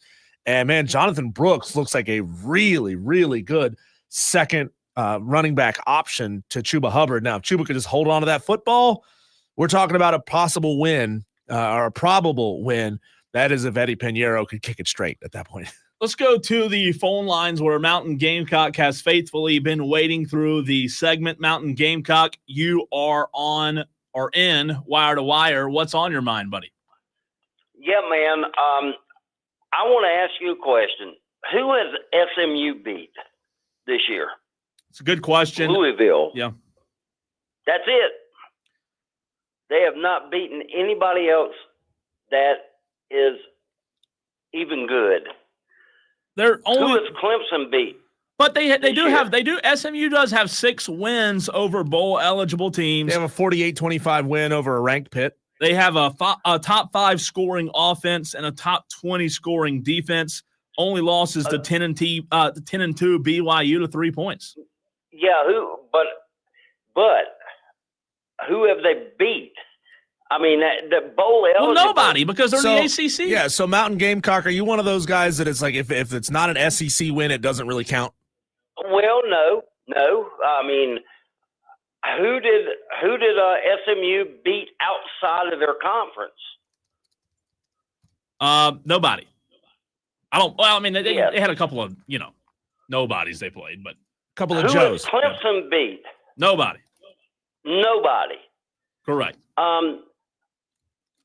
There should not be a bye for a conference champion to go into the top. If you want to take the top 12 teams and play it, if you got a sorry conference, none of them should go. So Mountain Gamecock, there have been several pundits out there who have already said that they want to abolish the first round buys for conference champions. They're okay with a conference champion getting an automatic bid into the playoff, but no automatic first round bye. And I'll agree with that, Diesel and Mountain Gamecock. I'll even go a step further. And I've said this before. I don't like setting a precedent in the postseason that you're not able to adjust and be fluid and flexible with. Look, 1 year, there may be a year that comes, Mountain Gamecock, where the winner of the ACC championship's not good, like the NFC South in past years, right? Where the winner of the NFC South, you don't even declare them a winner because they're like 6-8 or whatever. I'm just saying I don't like setting that precedent to where, to Diesel's point, they always get a bye. I'm with you. I'm not Mr. SEC guy. I grew up pulling for a team in the ACC. However, neither SMU or Clemson has done anything extraordinary. I like trying to find the best 12 teams, and if you do that, you shouldn't have stipulations on, well, they won the conference championship and got a first-round bye because they played in the weaker conference. I want to find the 12 best teams, period. Absolutely.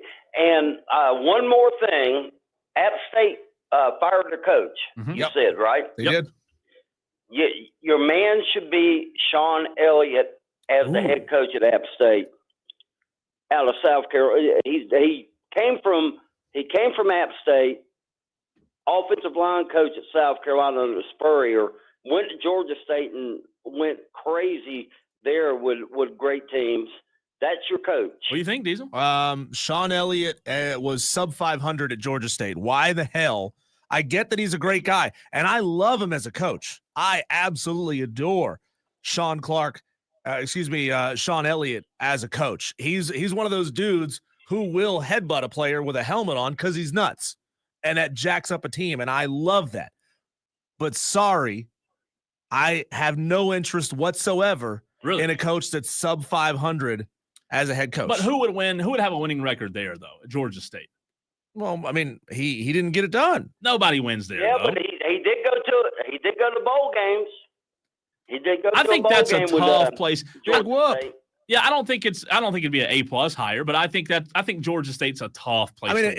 If Sean Elliott ran off to a solid G5 program, and I'm just gonna say Coastal Carolina, not that he would because it's an in-conference team, but I'm just saying, somebody that's got a smidge of positive momentum behind them. If he went off to Memphis, if he went off to and he was successful there, sure.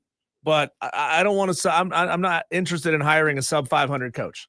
Well, all I got to say is Sean Elliott would have been a better coach than Will Muschamp. I agree with that. Yeah, you got a point there. Well, yeah. he was the coach. Hey, Appreciate great you. stuff, Mountain Gamecock. And look, I know you're not high on him, but I think it'd be a good hire, not a great hire. Yeah. I think he did as good as a job as he could have done at Georgia State. He coached South It's an Carolina. incredibly tough place. It's a tough place. To win. You know, he played Clemson when he was the coach at South Carolina. He played Clemson that year closer than South Carolina played Clemson a lot of years. He also had 7 years at Georgia State, by the way. 7 years where he waffled between 7-5 and 2-10. Okay.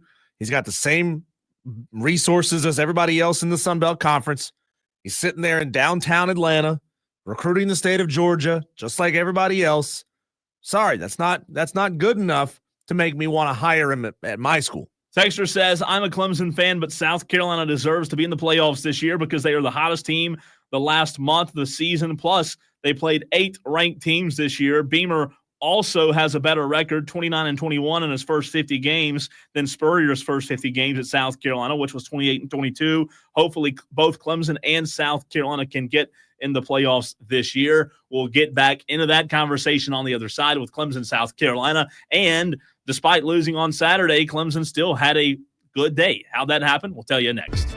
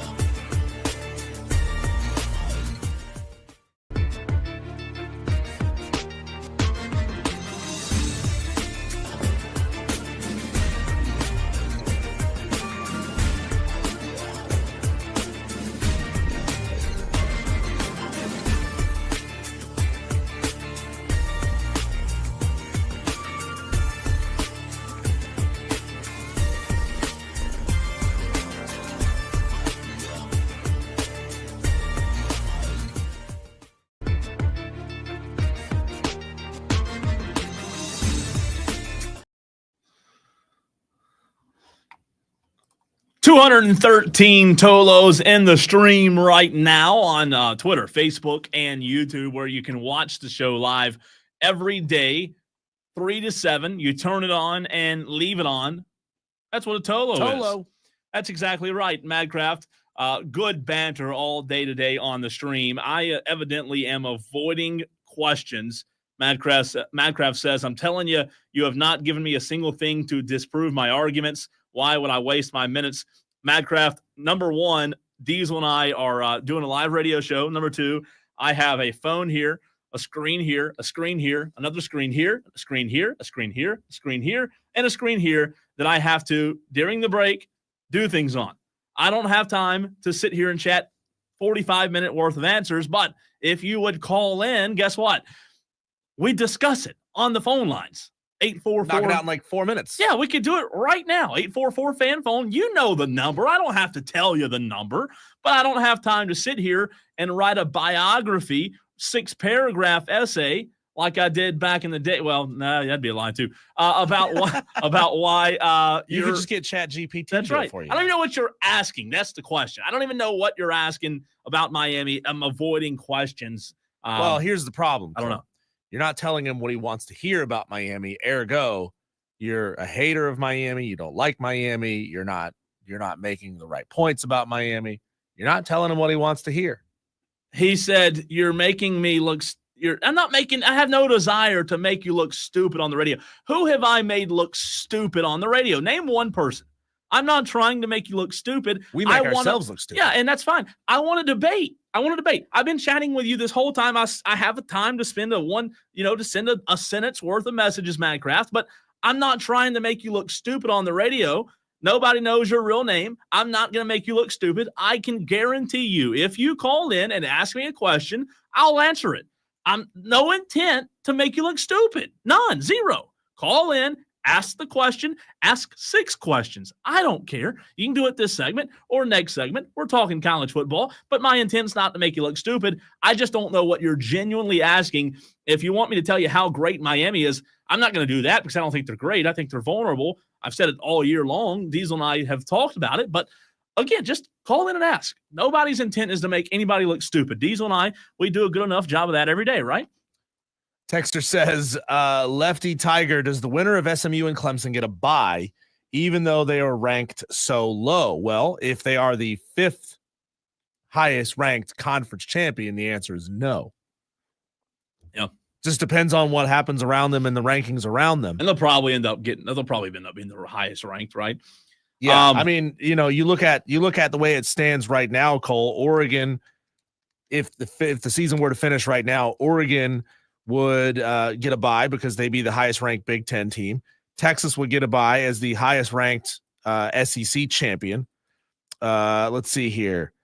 Who's ahead of them? SMU would obviously be ahead of them if they won.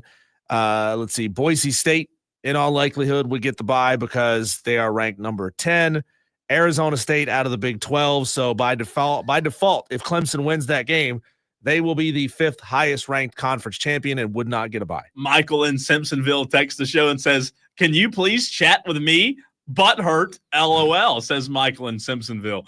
Good stuff, man. Again, nobody's trying to make anybody look stupid. We're having debate. Cole, when we come back, we had a really spirited conversation earlier in the show about all the flag planting that went down in college football this past weekend and all the brawls and all the fights everywhere, just how bad that is for college football. Yet, a fill-in host who's been on this station many times before, some of you will remember him, has actually said, no.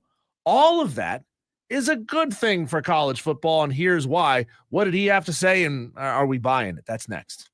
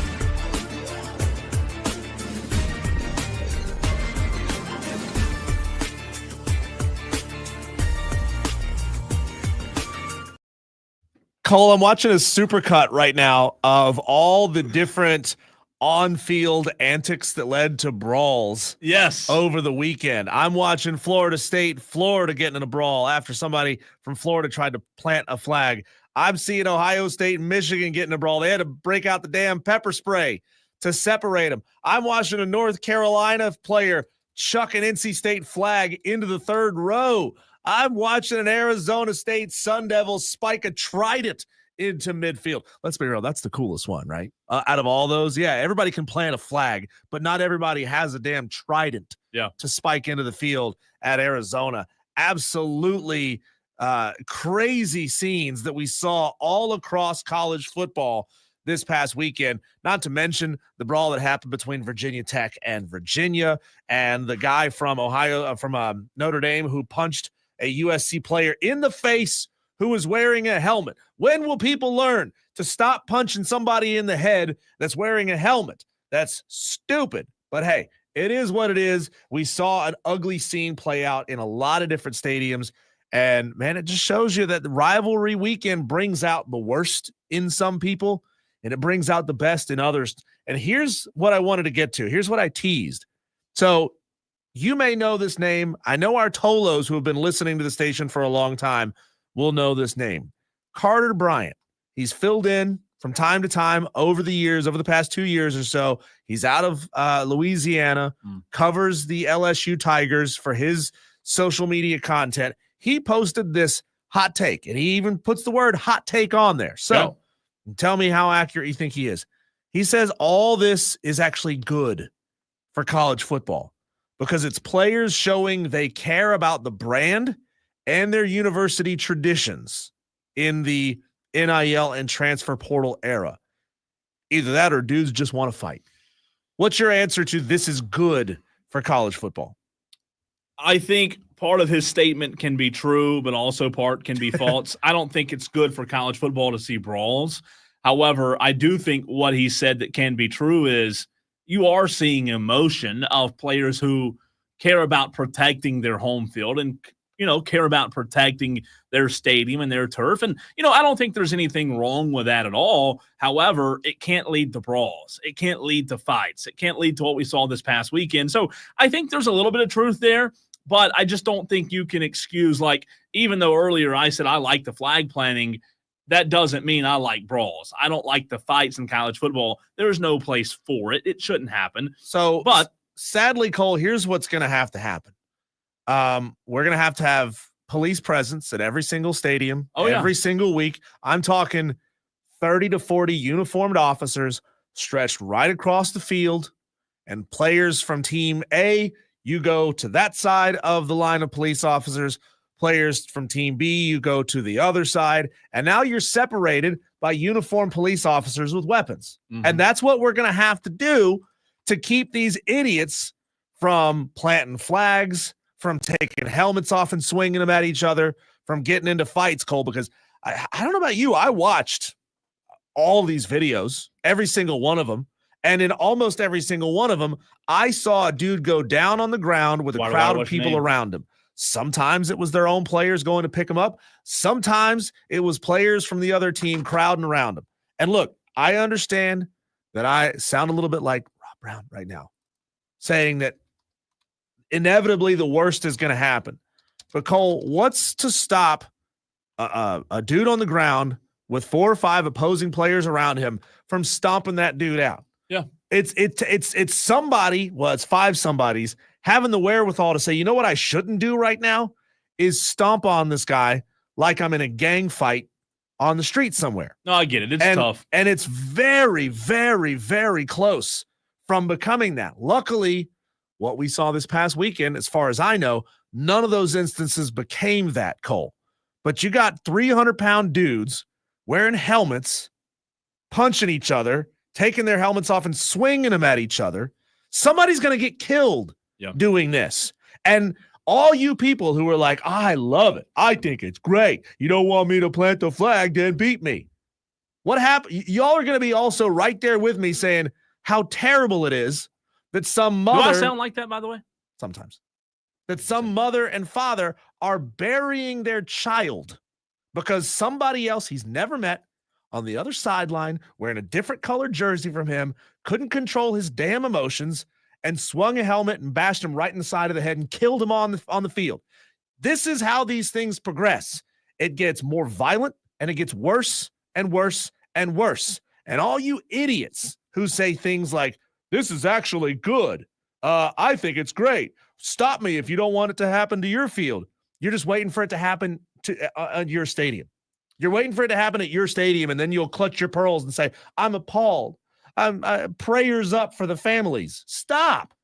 Going to get to the phones, but I do want to get to what happened on the chat. We did get an agreement from Madcraft that if we got 15 texts, everybody on the stream, like Mark, Hello Ducks, Roadmaster, a few others, were trying to get Madcraft to call because we talked earlier about the big disagreement we've had. So Madcraft says, I don't think you can get 15. So he says, okay, bets on if we can get 15 texts of Tolos wanting to get Matt on the phone to debate Miami, he will call in, but we have to get 15 texts in order for Matt to hold up his end of the bet. 71307. Start your text with the word fan. Tolos, don't let me down on this one. I want to get Matt on the phone. Madcraft is probably our most faithful Tolo when it comes to turning it on, leaving it on. We've got to get him on the phone. So if we can get 15 texts asking Matt to call in, he said he would call in. Crazy Ralph wants to weigh in. 844-FAN-PHONE. What's up, Crazy Ralph?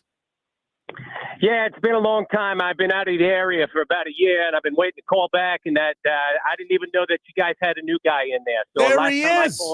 He's alive. Yeah, I'm back there, baby. I'm better than ever.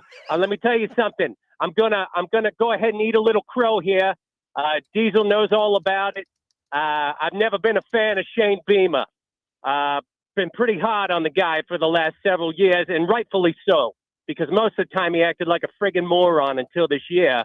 But now that we got Lenora Sellers, he's covering up all the blemishes of Shane Beamer. Now, Shane's doing a pretty good job building that program, but the first thing he needs to do at the end of the season is fire Dowo Logains, or the ship is going to sink. I'm telling you right now. These teams, they're going to stack the box up against Lenoris. They're going to figure it out. He's not going to be able to go anywhere. So we got to get somebody in there that knows how to utilize this kid. You know what I'm saying? And the other thing I wanted to say today is, and I agree with Diesel as well on this nonsense around the 50-yard line after these games. Man, somebody's going to get their skull busted wide open, and somebody better put a stop to it. One of our Gamecock kid fans the other day got manhandled by a bunch of Clemson players, and he deserved it because it was just complete jackassery at the end of the game. Now, somebody has to put a stop, because not only will a player get hurt, but some kid's going to get hurt. So, anyway, I'm back in town, fellas. I'm going to be calling again, and like I said, hats off to Beamer. I said 3 wins at the beginning of the season. He gave me 9. So he is off the hot seat. I'm a fan as of now, but if he doesn't fire Logains, I'm out. Talk to you later. Appreciate you, Crazy Ralph. He's got a very good point there. You got to have an offensive coordinator who can put together plays that look like busted plays, that look like designed runs, and you got to improve Lenora Sellers' passing ability enough to force defenses to not stack the box against you. But you know what? He's been really good. He's been really good and get out of those situations, right? But when everybody starts to game plan for that, it certainly makes what Lenora Sellers wants to do and is good at more difficult. My point is, think about setting it up like a reverse play action, right? If you can throw over the middle, throw over the top, it prevents linebackers from being able to crash down into the box, which then opens up lanes for you, Lenora Sellers, to create with your legs. But Clemson game plan for 2 weeks for him and still couldn't stop him. I told somebody this weekend. He's that good. He's that good. Here's the deal. I had a lot of Clemson fans over the weekend, good friends of mine, so frustrated with the tackling, the arm tackling, and their inability to stop Lenoris. And I get the frustration. However, at some point, you can't get mad that when you put your hand in Steph Curry's face, he still makes 3-pointers. You've got to give the dude credit. He's done it against everybody this year. Everybody. Missouri, A&M, Clemson. So, Clemson did not prepare for the Citadel the way they normally prepare for other teams. They game planned extra for Lenora Sellers, and he still beat him. He still ran all over him. You can't tackle the guy. So I think that, like, at some point, you've got to just give Superman props. Cam Newton, you game plan for him all you want, but he still ran over you. It's just, I get it. I know Dow Loggins isn't the crowd favorite. However, I think he might have won a little bit of that favoritism back in the past few weeks. Appreciate finally getting Crazy Ralph back on the show. He didn't even know we had a new show. It's been so long. We have a texter says, I'm so happy that Crazy Ralph called in. I've been worried about his radio silence. Yeah, he was Crazy Ralph was an all-time great caller. Is an all-time great caller. We love when Crazy Ralph calls in because you know what? It always lights it up every single time he does. We've got 8 votes for Madcraft to call in so far. 8 in favor, 0 opposed.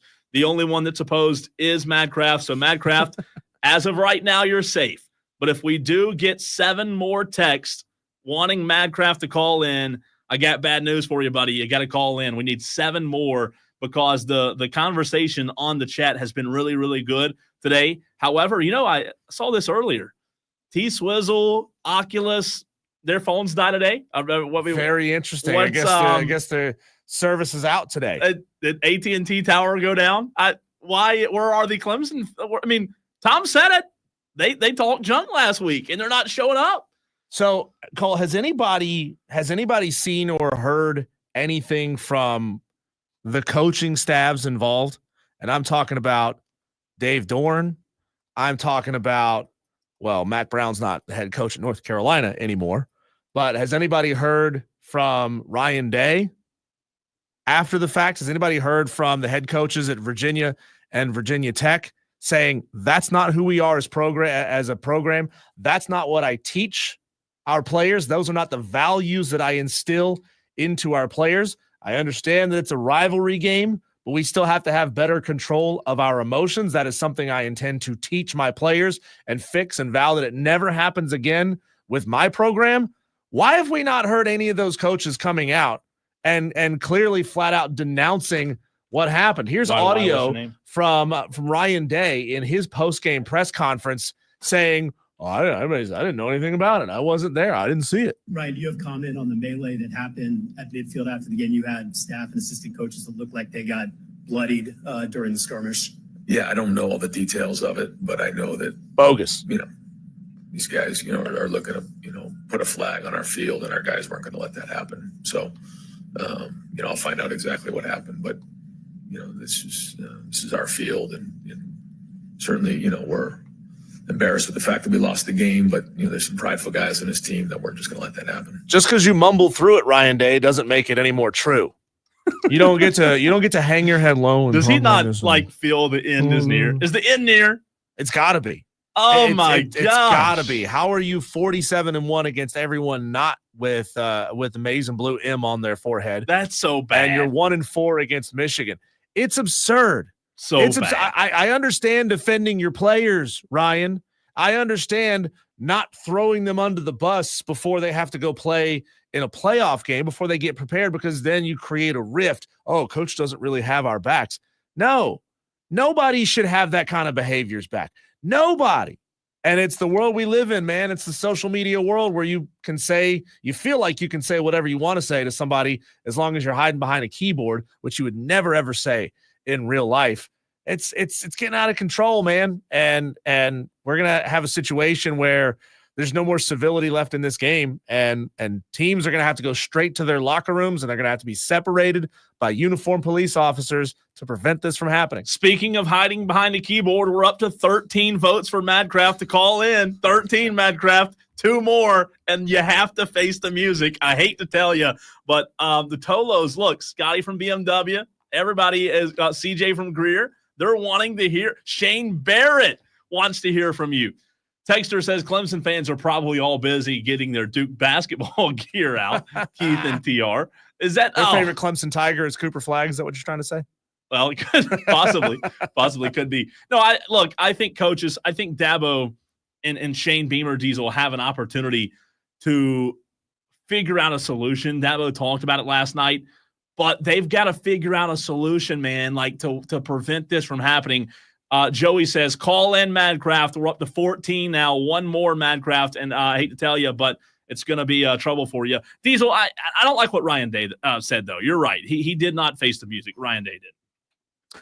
Yeah, I haven't heard anything from Sharon Moore. I haven't heard anything from Lincoln Riley about his player getting punched in the face. I haven't heard anything from Marcus Freeman about his player punching a guy in the face. I mean, doesn't it all come back to the head coach? Isn't the head coach accountable for everything until it's something they'd rather bury their head in the sand and not talk about? It 100%. It all falls back on the head coach. It does. There's no, and again, that's going back to my point before I got to the phones.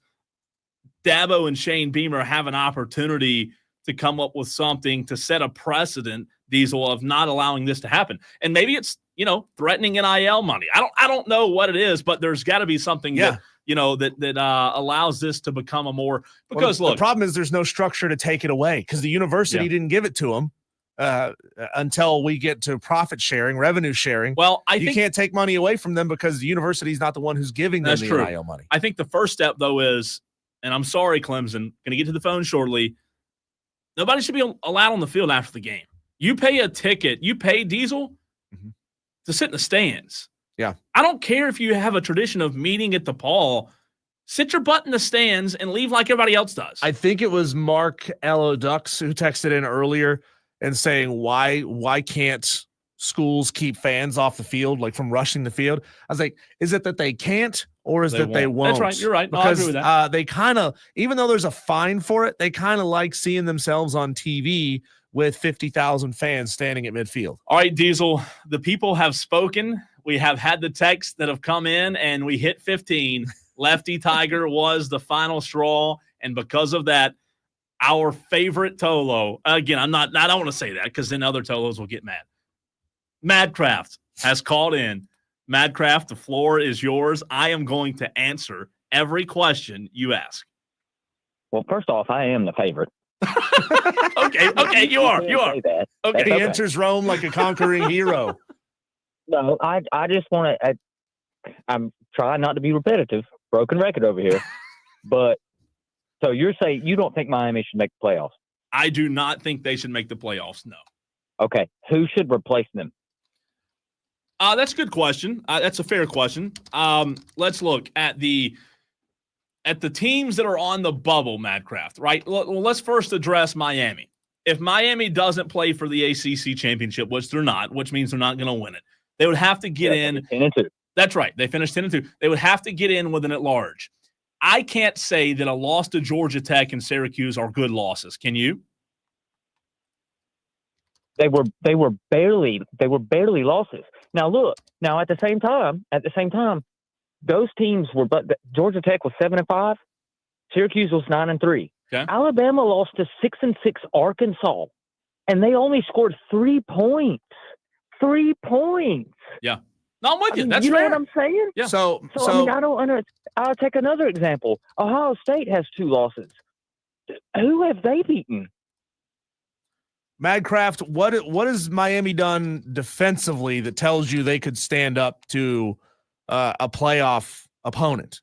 They gave up 34 points to Virginia Tech, 38 points to Cal, 45 points to Louisville, 31 points to Duke, 28 to Georgia Tech, and 42 to Syracuse. Are you telling me that Miami defense would hold anybody in that playoff under 50? The Big 12 and Big 10 play with no defenses, but they got into the playoffs. But how many decades did we watch that happen? Yeah. So why does it change now? Madcraft, I would say that Penn State and Indiana are good wins. Would you not agree? I mean, maybe. And again, but then I would argue that Louisville's a good win.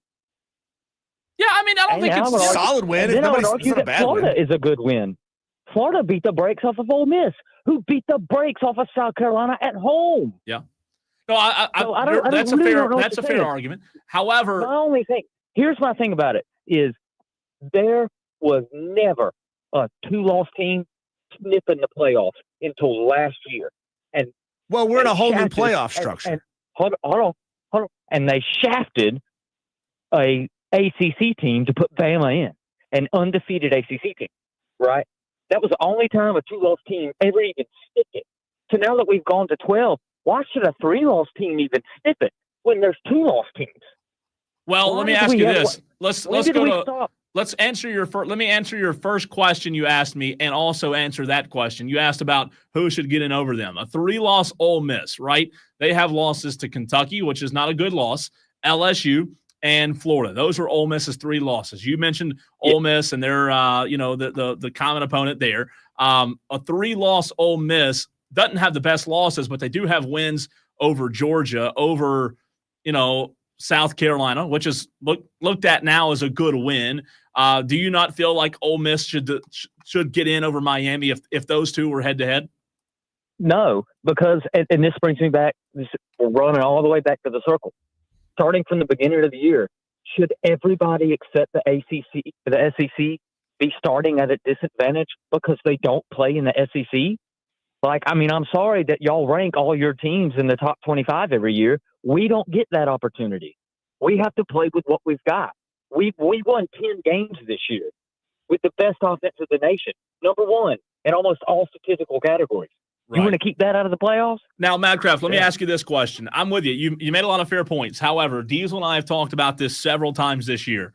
When you lose matters. And Miami had their chance to win and get in, and they peed down their leg on Saturday. You can't lose this late. Yeah. Again, though, winning 10 games, I don't really think it matters when you lose. Well, really? I don't know that there should be any magic number that you're attempting to hit to say, all right, that is a playoff caliber team. As of right now, Madcraft, Miami sits. I'm on Kelly Ford's ratings. I know you respect Kelly Ford and the work that he does because you listen every week when he's on. Miami's currently sitting at number 11 in his power ratings. Now, there are teams above Miami who are power rated higher that have more losses than Miami does. I'm talking about Ole Miss in there. That's a prime example. They are power rated much better than Miami. So are you saying that it's fair or unfair that Miami is sitting at as a bubble team right now? It's unfair. We played our conference as good as we could. No, you didn't. You didn't. You didn't play your conference as good as you lost 2 games. Yeah, but you didn't play it. But you can't say you played it as good as you could. You know what I mean? And both of those were on the road. Yeah, it doesn't matter. We lost 0 home games. Well, again, you still have to win. Like they don't give you a pass for losing on the road, do they? Apparently they give you a pass for playing in the SEC. That's what you're telling me. So let me ask you this: when did the losses stop mattering? That's what I'm asking. No, I'm with you. Losses in the loss column. No, I think losses should matter, but can you agree that the SEC, and I know everybody has their opinion, and you have yours, do you not feel as if playing week in and week out in the SEC is tougher than playing week in and out in the ACC? Regardless of whether I agree if it's tougher, why should that be a disadvantage for everybody else? At that point, abolish the conferences, everybody schedule who you want. No conferences anymore, because this is getting ridiculous. The bias towards the SEC is garbage. That Ole Miss team that you were just talking about, that they lost to Kentucky, Louisville beat the brakes off of Kentucky at home. So I don't want to hear that crap anymore. But you don't think they're better than the ACC? You don't think the SEC is? Yeah, I've never said that the ACC was better than the SEC. But what I'm telling you is they are not head and shoulders above like y'all think they are. And a 2-loss Miami team is well more deserving than a 3-loss Alabama team who got blown out by a 6-6 Oklahoma. And an Ole Miss who lost to Kentucky and Florida. Get out of here. Okay, hey, I'm with you. Can I ask one more question? We got to run. One more question, Madcraft. What do you think Miami's record would be with South Carolina's schedule? Old Dominion, Kentucky, LSU, Akron, Ole Miss, Bama, Oklahoma, A&M, Vandy, Missouri, Wofford, Clemson. What do you think Miami's record would be with that schedule? 12-0. No, I'm kidding. Oh, thank God. Honestly, 9-3 would be pretty good. I think Carolina did a good season. Yeah, and again, 9-3. Again, 9-3 if you're playing that schedule. Hey, let me say this real quick. I'll say this. Of any SEC team, South Carolina is the one that I could make an argument for over Miami. But the only thing that I say there is you can't lose to Ole Miss at home and only put up 3 points. No, you can't get blown out like that, you know? But Madcraft, you know what the difference is in the SEC?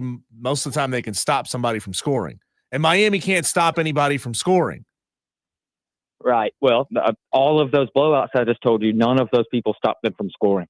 I mean, the Miami offense. I don't know what you're talking about. The Miami offense is spectacular, and they've been just good enough to hide a lot of deficiencies on the defensive side of the ball. You were fortunate to win a lot of games you otherwise shouldn't have won because you're giving up 35, 40 points a game.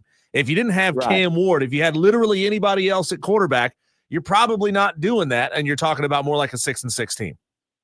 Right, but we have Cam Ward, so it doesn't matter. And, Matt, let me say props to you for calling in.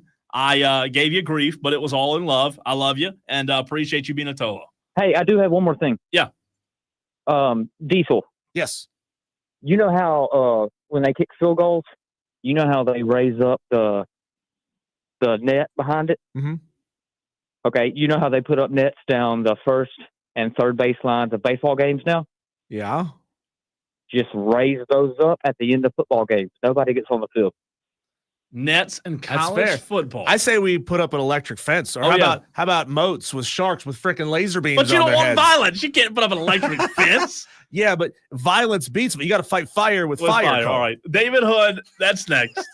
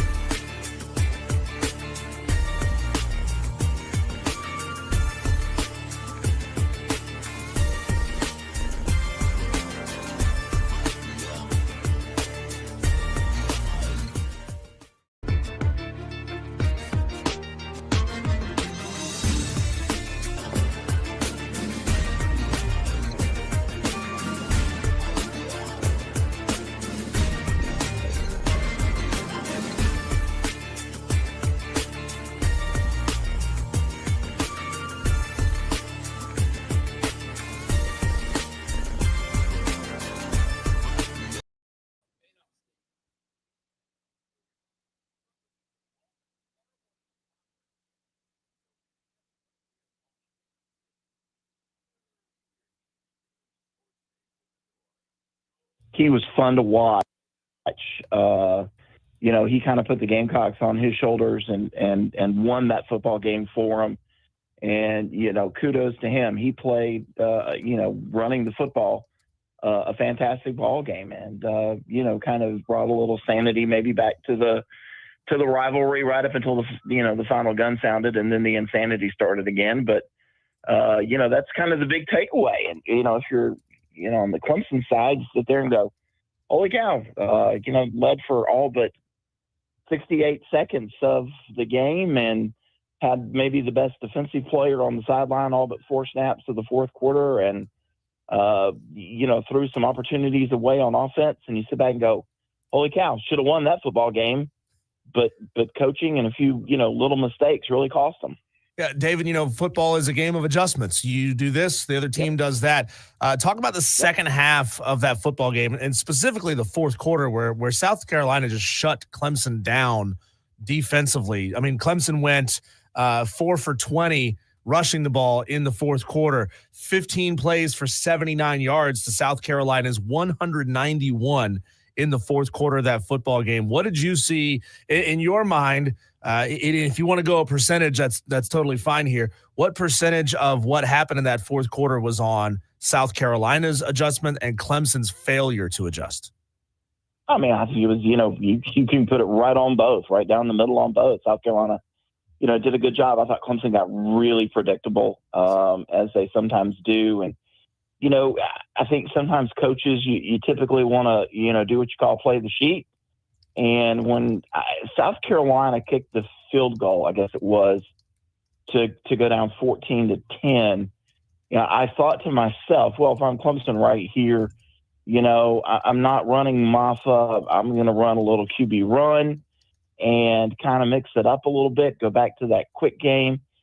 And it was more, hey, we're going to run right into the teeth of the South Carolina defense. And, some of that just didn't make a whole lot of sense to me. That's why I say, coaching, South Carolina made the good adjustments. And then, you think about it offensively, South Carolina says, okay, if we're running 2 wides and a tight end and a running back, Clemson's got Sammy Brown on the field, we're going to go 3 wides. Clemson inexplicably then takes Sammy Brown off the field and runs some nickel and dime, and Lenore Sellers runs wild. So, South Carolina made the right adjustments, and Clemson obviously didn't.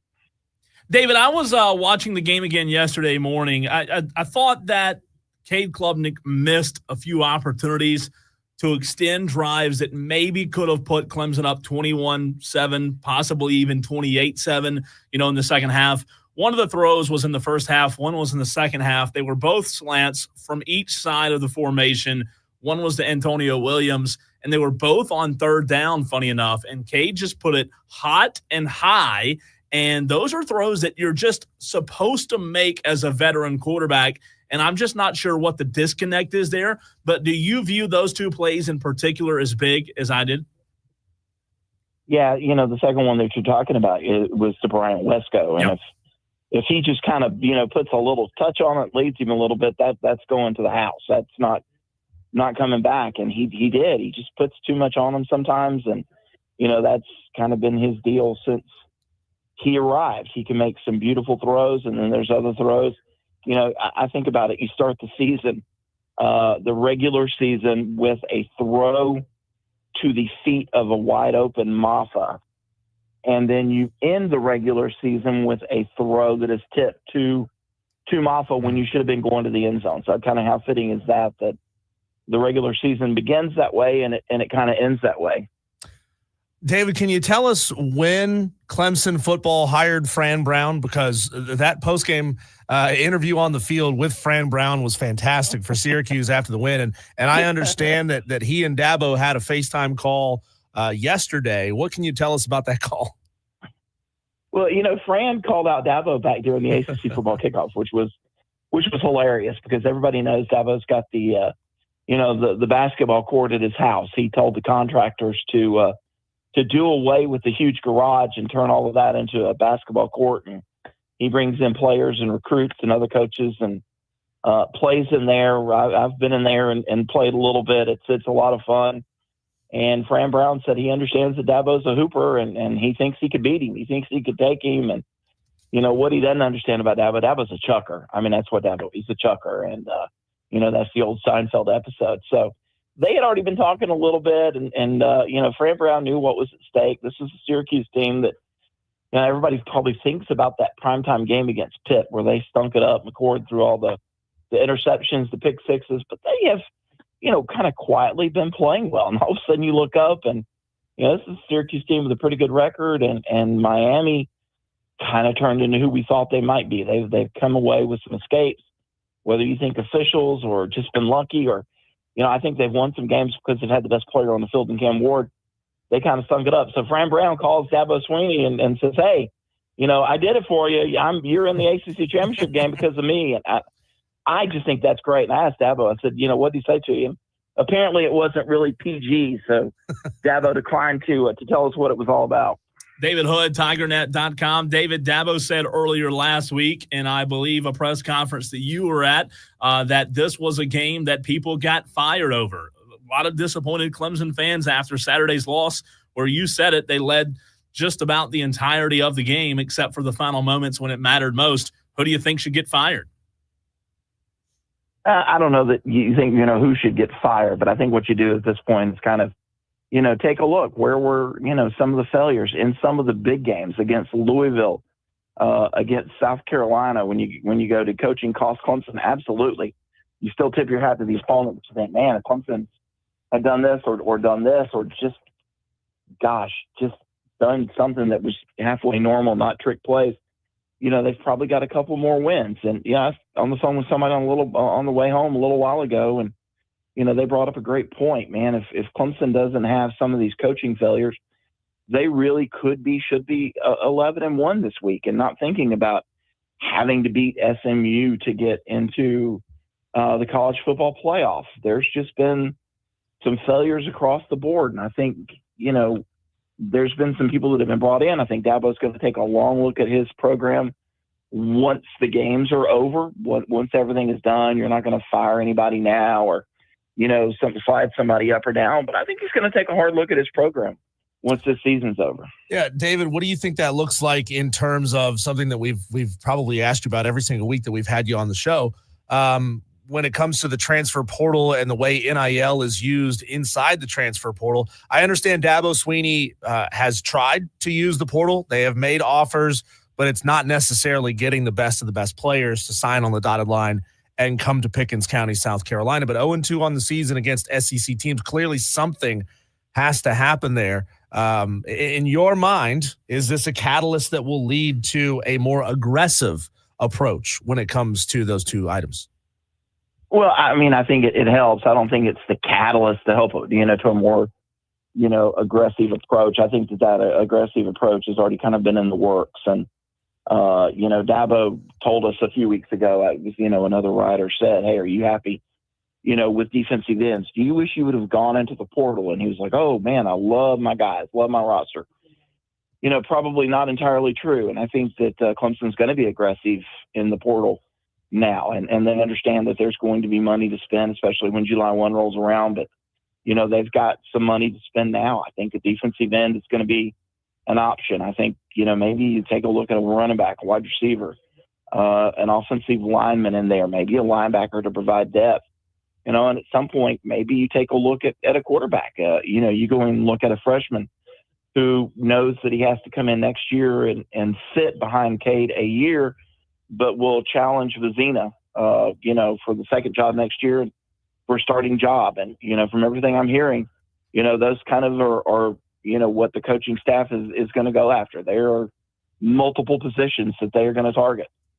David, I've heard from a lot of Clemson fans this weekend, as you have. Do you think the frustration that a lot of fans have, and again, I'm not putting all fans in one group because there are some fans that could care less, and there's still going to be happy about wins and losses, and it doesn't affect them as much as it does some fans. But there are a lot of fans out there who are very frustrated. And you know what? Saturday, Clemson could win an ACC championship and back their way into a playoff spot and even a bye, and all will be well on the mountain up there in Clemson. Do you think the frustration is warranted from Clemson fans?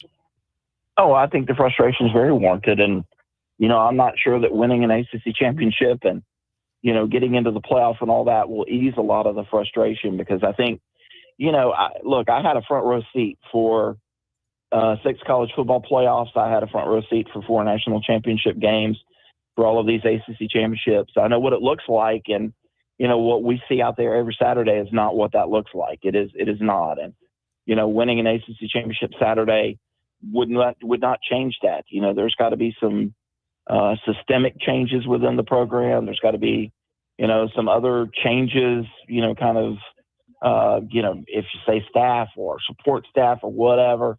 And I think if you know what it looks like, you understand this isn't it. And you take a look at that game Saturday, and I went back like you did, and I watched it, and I go, man, Clemson's got dudes all over the field: Sammy Brown, Peter Woods, Avion Terrell, Ashton Hampton, Antonio Williams, Bryant Westcott, TJ Moore, Kay Klubnik.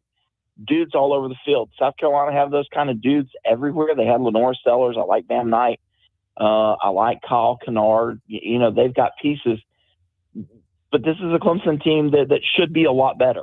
They should be better than their rival. They should be better than Louisville. They shouldn't have to struggle like they did against Georgia. So, I think Clemson fans have every right to be frustrated. David Hood of TigerNet.com joining us here on the Fan Upstate. You look just specifically at Cade Klubnik's stats. He's had a pretty solid year: 29 touchdowns, 5 interceptions, 12th in QBR in college football. It's hard to say that somebody sitting inside the top 15 in quarterbacks is having a bad year. But in your mind, what does Cade have to get fixed going into next year? And is it fundamentals? Is it footwork? Or is it play calling? Is Garrett just not the right guy to call plays for Cade? Yeah, I think he's got to mature a little bit more. There's no doubt about it. I think on that play Saturday, the final one, that route is probably part of that plays package, but he's too old of a quarterback to know that he can take the check down there, because you're running out of timeouts, you're running out of time. You'd rather take a shot at the end zone, and that check down, that's not it. That's not the play that you want. So he has responded every time he's been challenged. He got a lot better this year from last year, and you have to hope that he takes that kind of next step forward in this offseason. David, Saturday, whether it goes well or not well, will dictate how a lot of fans, have a taste in their mouth to end the season. But let's say Clemson does win an ACC championship. How do you view the season? Because there are media members out there who cover Clemson on a daily basis that have already said this was a special season.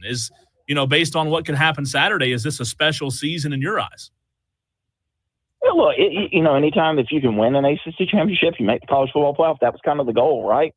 So absolutely, you call it special, and then you kind of go like I said earlier too. But that there's still work to be done to become one of those teams, to where you look like an Oregon, to where you look like an Ohio State, to where you look like a Texas or a Georgia. Still work to be done. Yeah, absolutely. If you get into the playoff, it's a good year. It's a special year, and you kind of count your blessings and go from there. He is David Hood of TigerNet.com. David, as always, we appreciate your insight. And again, I hope you got your bones nice and warmed up, because I'm sure it was a little chilly sitting outside in that open air press box, which is it's such a unique thing that Clemson has. And